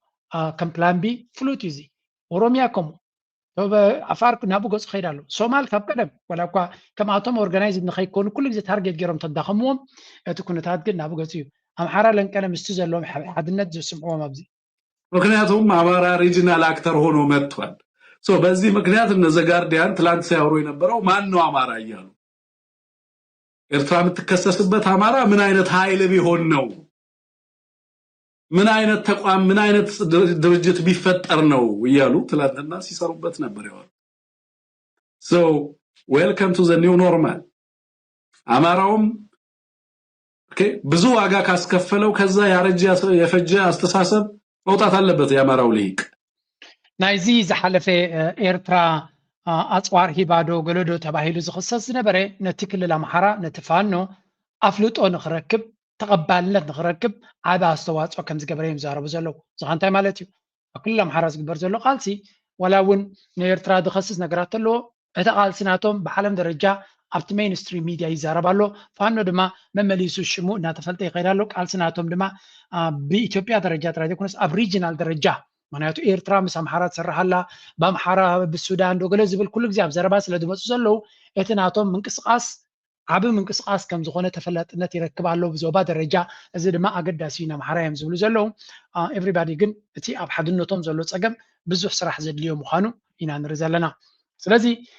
እዚ ካብ ኮነ ነቲ ፅምዶ ዝበሃል ታርጌት ገይሮም ብኩሉ መንገዲ ከውድቕዎ ዓጢቆም ተበጊሶም ዘለዉ ብፍላይ ካብ ትግራይ ዝብገዝ ዘሎ ሓይሊ እስኪ ክንሪኦም ክፍትን ሓደ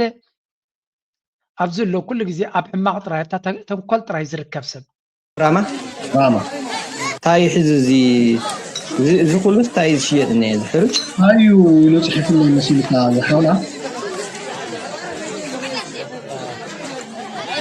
ንግዲ ዝበልዋ እዚኣ ያባለ ንግዲ ትኮይና ማለት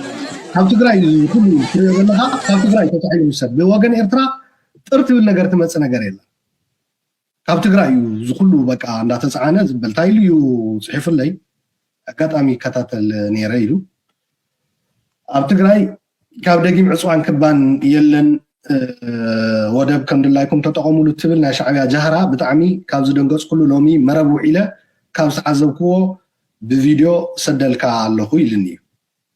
ለይትን ቀትርን ጣፍ መዳበርያ ድኩዒ ፍርናሽ ስሚንቶ ተንዲኖ ይኹን ናይ ህንፃ መሳርሒ ብሙሉእ ብዘይምቁራፅ ይሰግር ኣሎ ይብል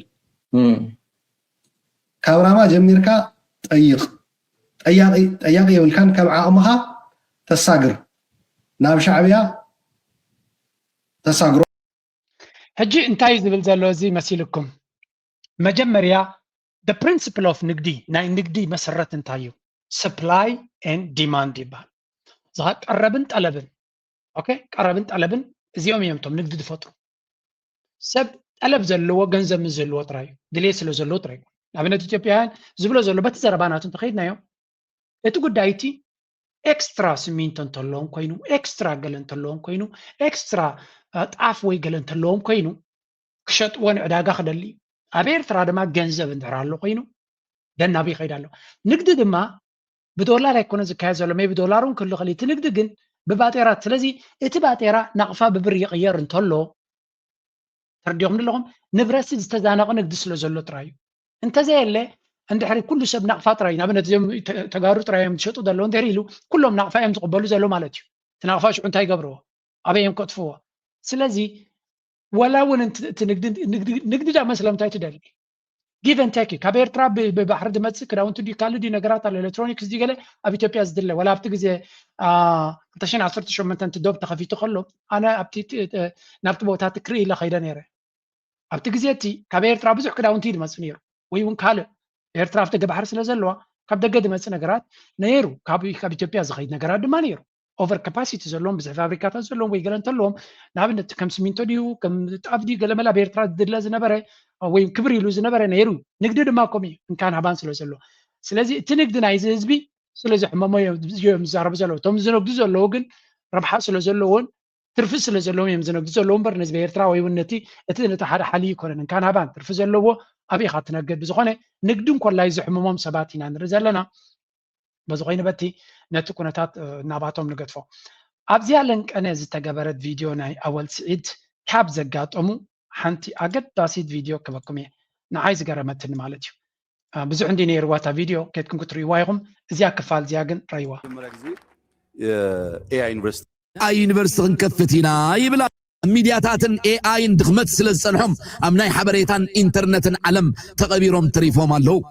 ሕጂ ናባና ንመለስ حيلنا يروم تريفهم اللو السوداني زبل زلو السوداني انتم تريفهم زلو ناباناخه حجي نابانا ملس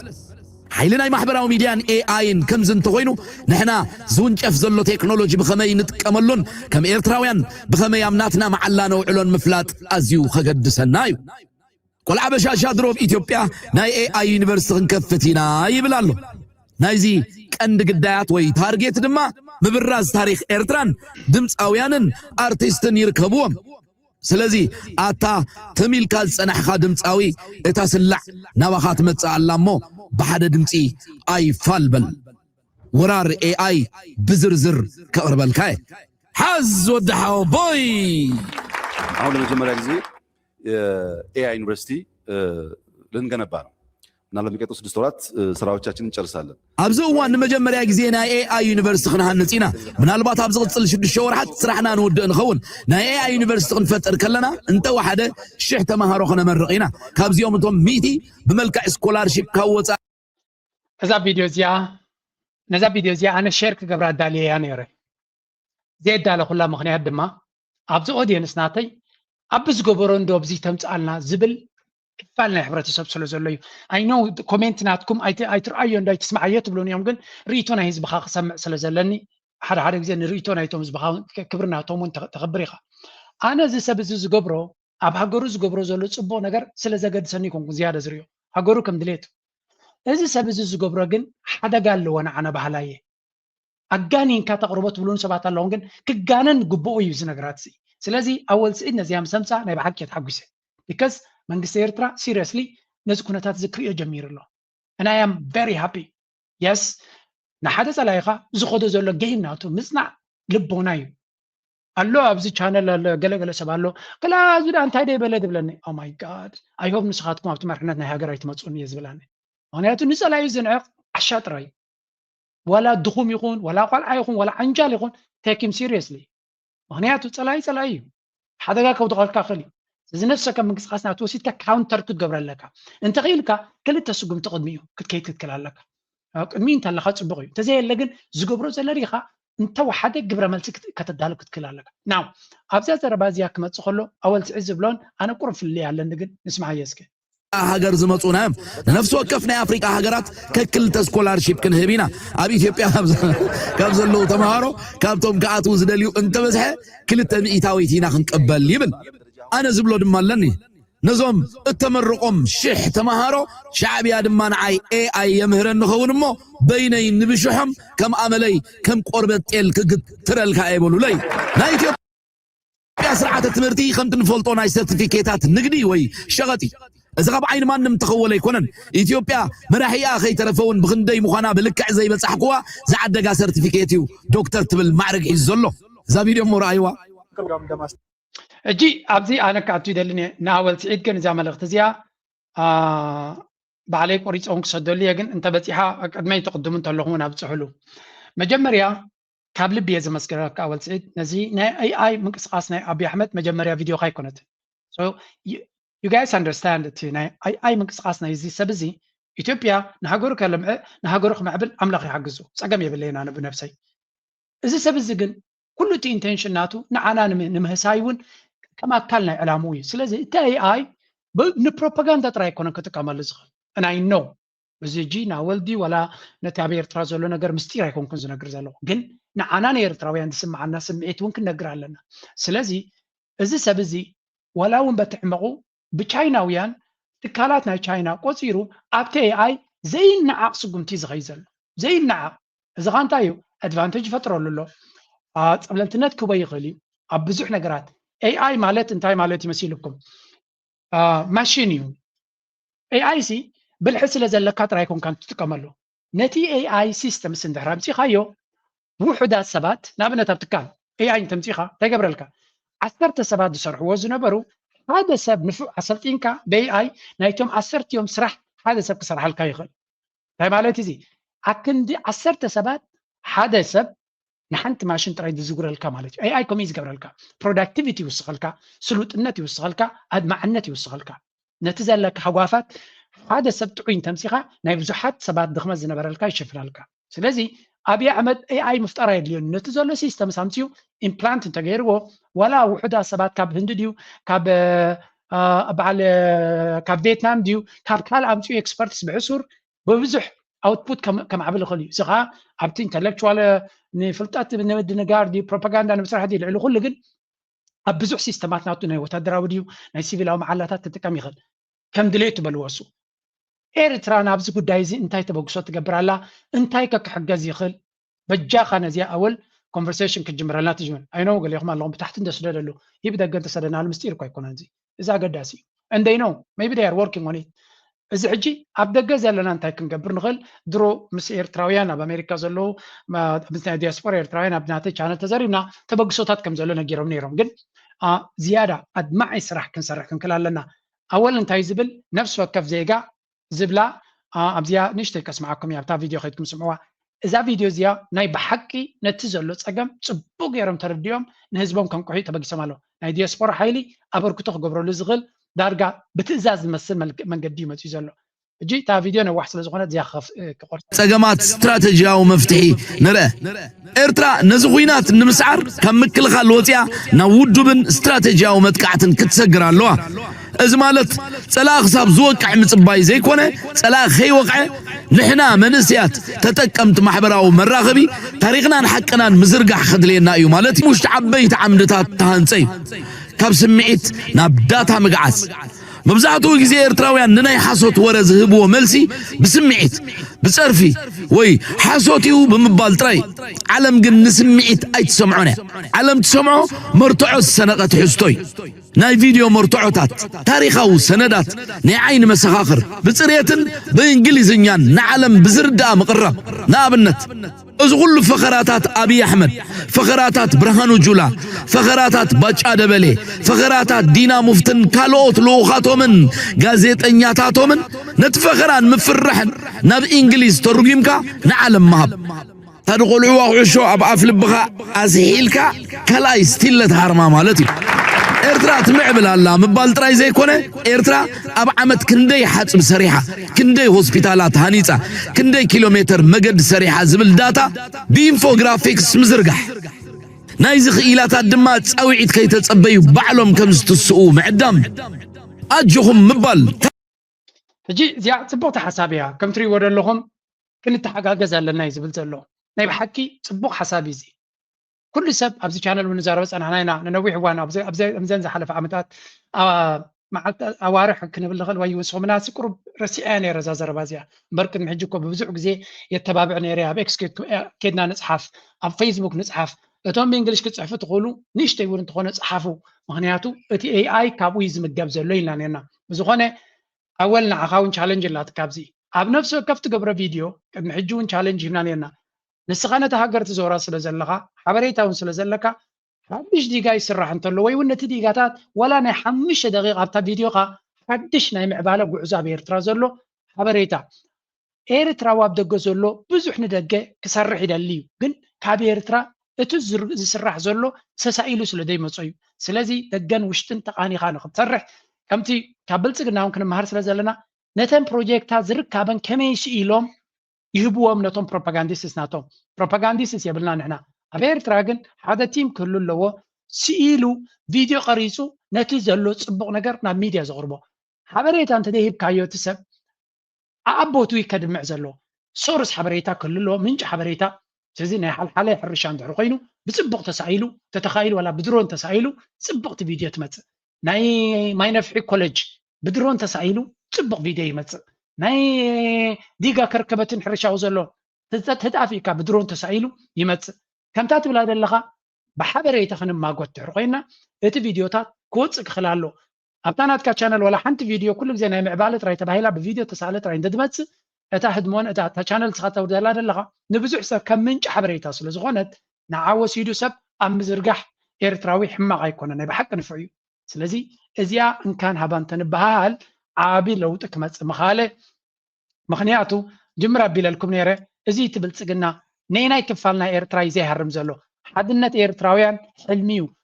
هايمانوتاون قبيل زي إثنيكاون حدنت على الناس بلو إيرترا حسوتيو إيفن نت حدنت ناتا إيفن نت كارتاناتنا بعلونا قرصة ንምብልሻው ክንምንታይ ርሕቀት ይኸይድ ኣሎ እዚ ድማ ነቲ ኢንተርኔት ብከምዚ ዓይነት ኣርቲክልስ ይመልኦ ስለ ዘሎ ንሕና ልዑል ጥንቃቐ ጌርና ክንቃለስ ኣለና እዩ ዝብል ዘሎ ሃወል ተቐቢልና ካለና ኣይ ሆፕ ንስኻ ድማ ነተን ንብለን ዘለና ማዕረቲ ኩሉ ኤክሰለንት ስራሕ ትሰርሖ ዘለኻ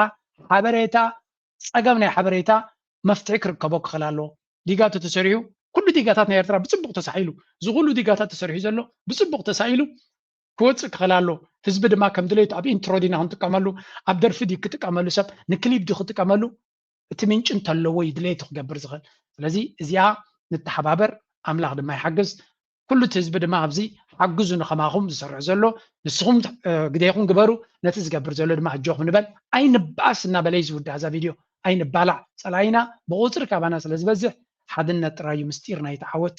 ስለዚ ነዚኣ ፅቡቕቲ ቪድዮ ይሰርሑ ብዕምቆት መፅናዕቲ ዝተገበረለያ ኤክሰለንት ወርክ ከምዚ ክኸውን ዘሎ ሓደ ግዜ ካብቲ ናይ ፀላትና ጌም ወፂና እውን ኣብ ናትና ፎከስ ተጌርና ፅቡቕ ስራሕ ክስራሕ ይኽእል እዩ ቴንኪዩ ክብሎ ይደሊ ሕጂ ናይ ሎሚ ኣርእስቲ ኣብ ዝጉዳይ ላይክ ምግባር ሼር ምግባር ከም ወትሩ ፃውዒት ጌርና ምዝያ ክንገድፈኩም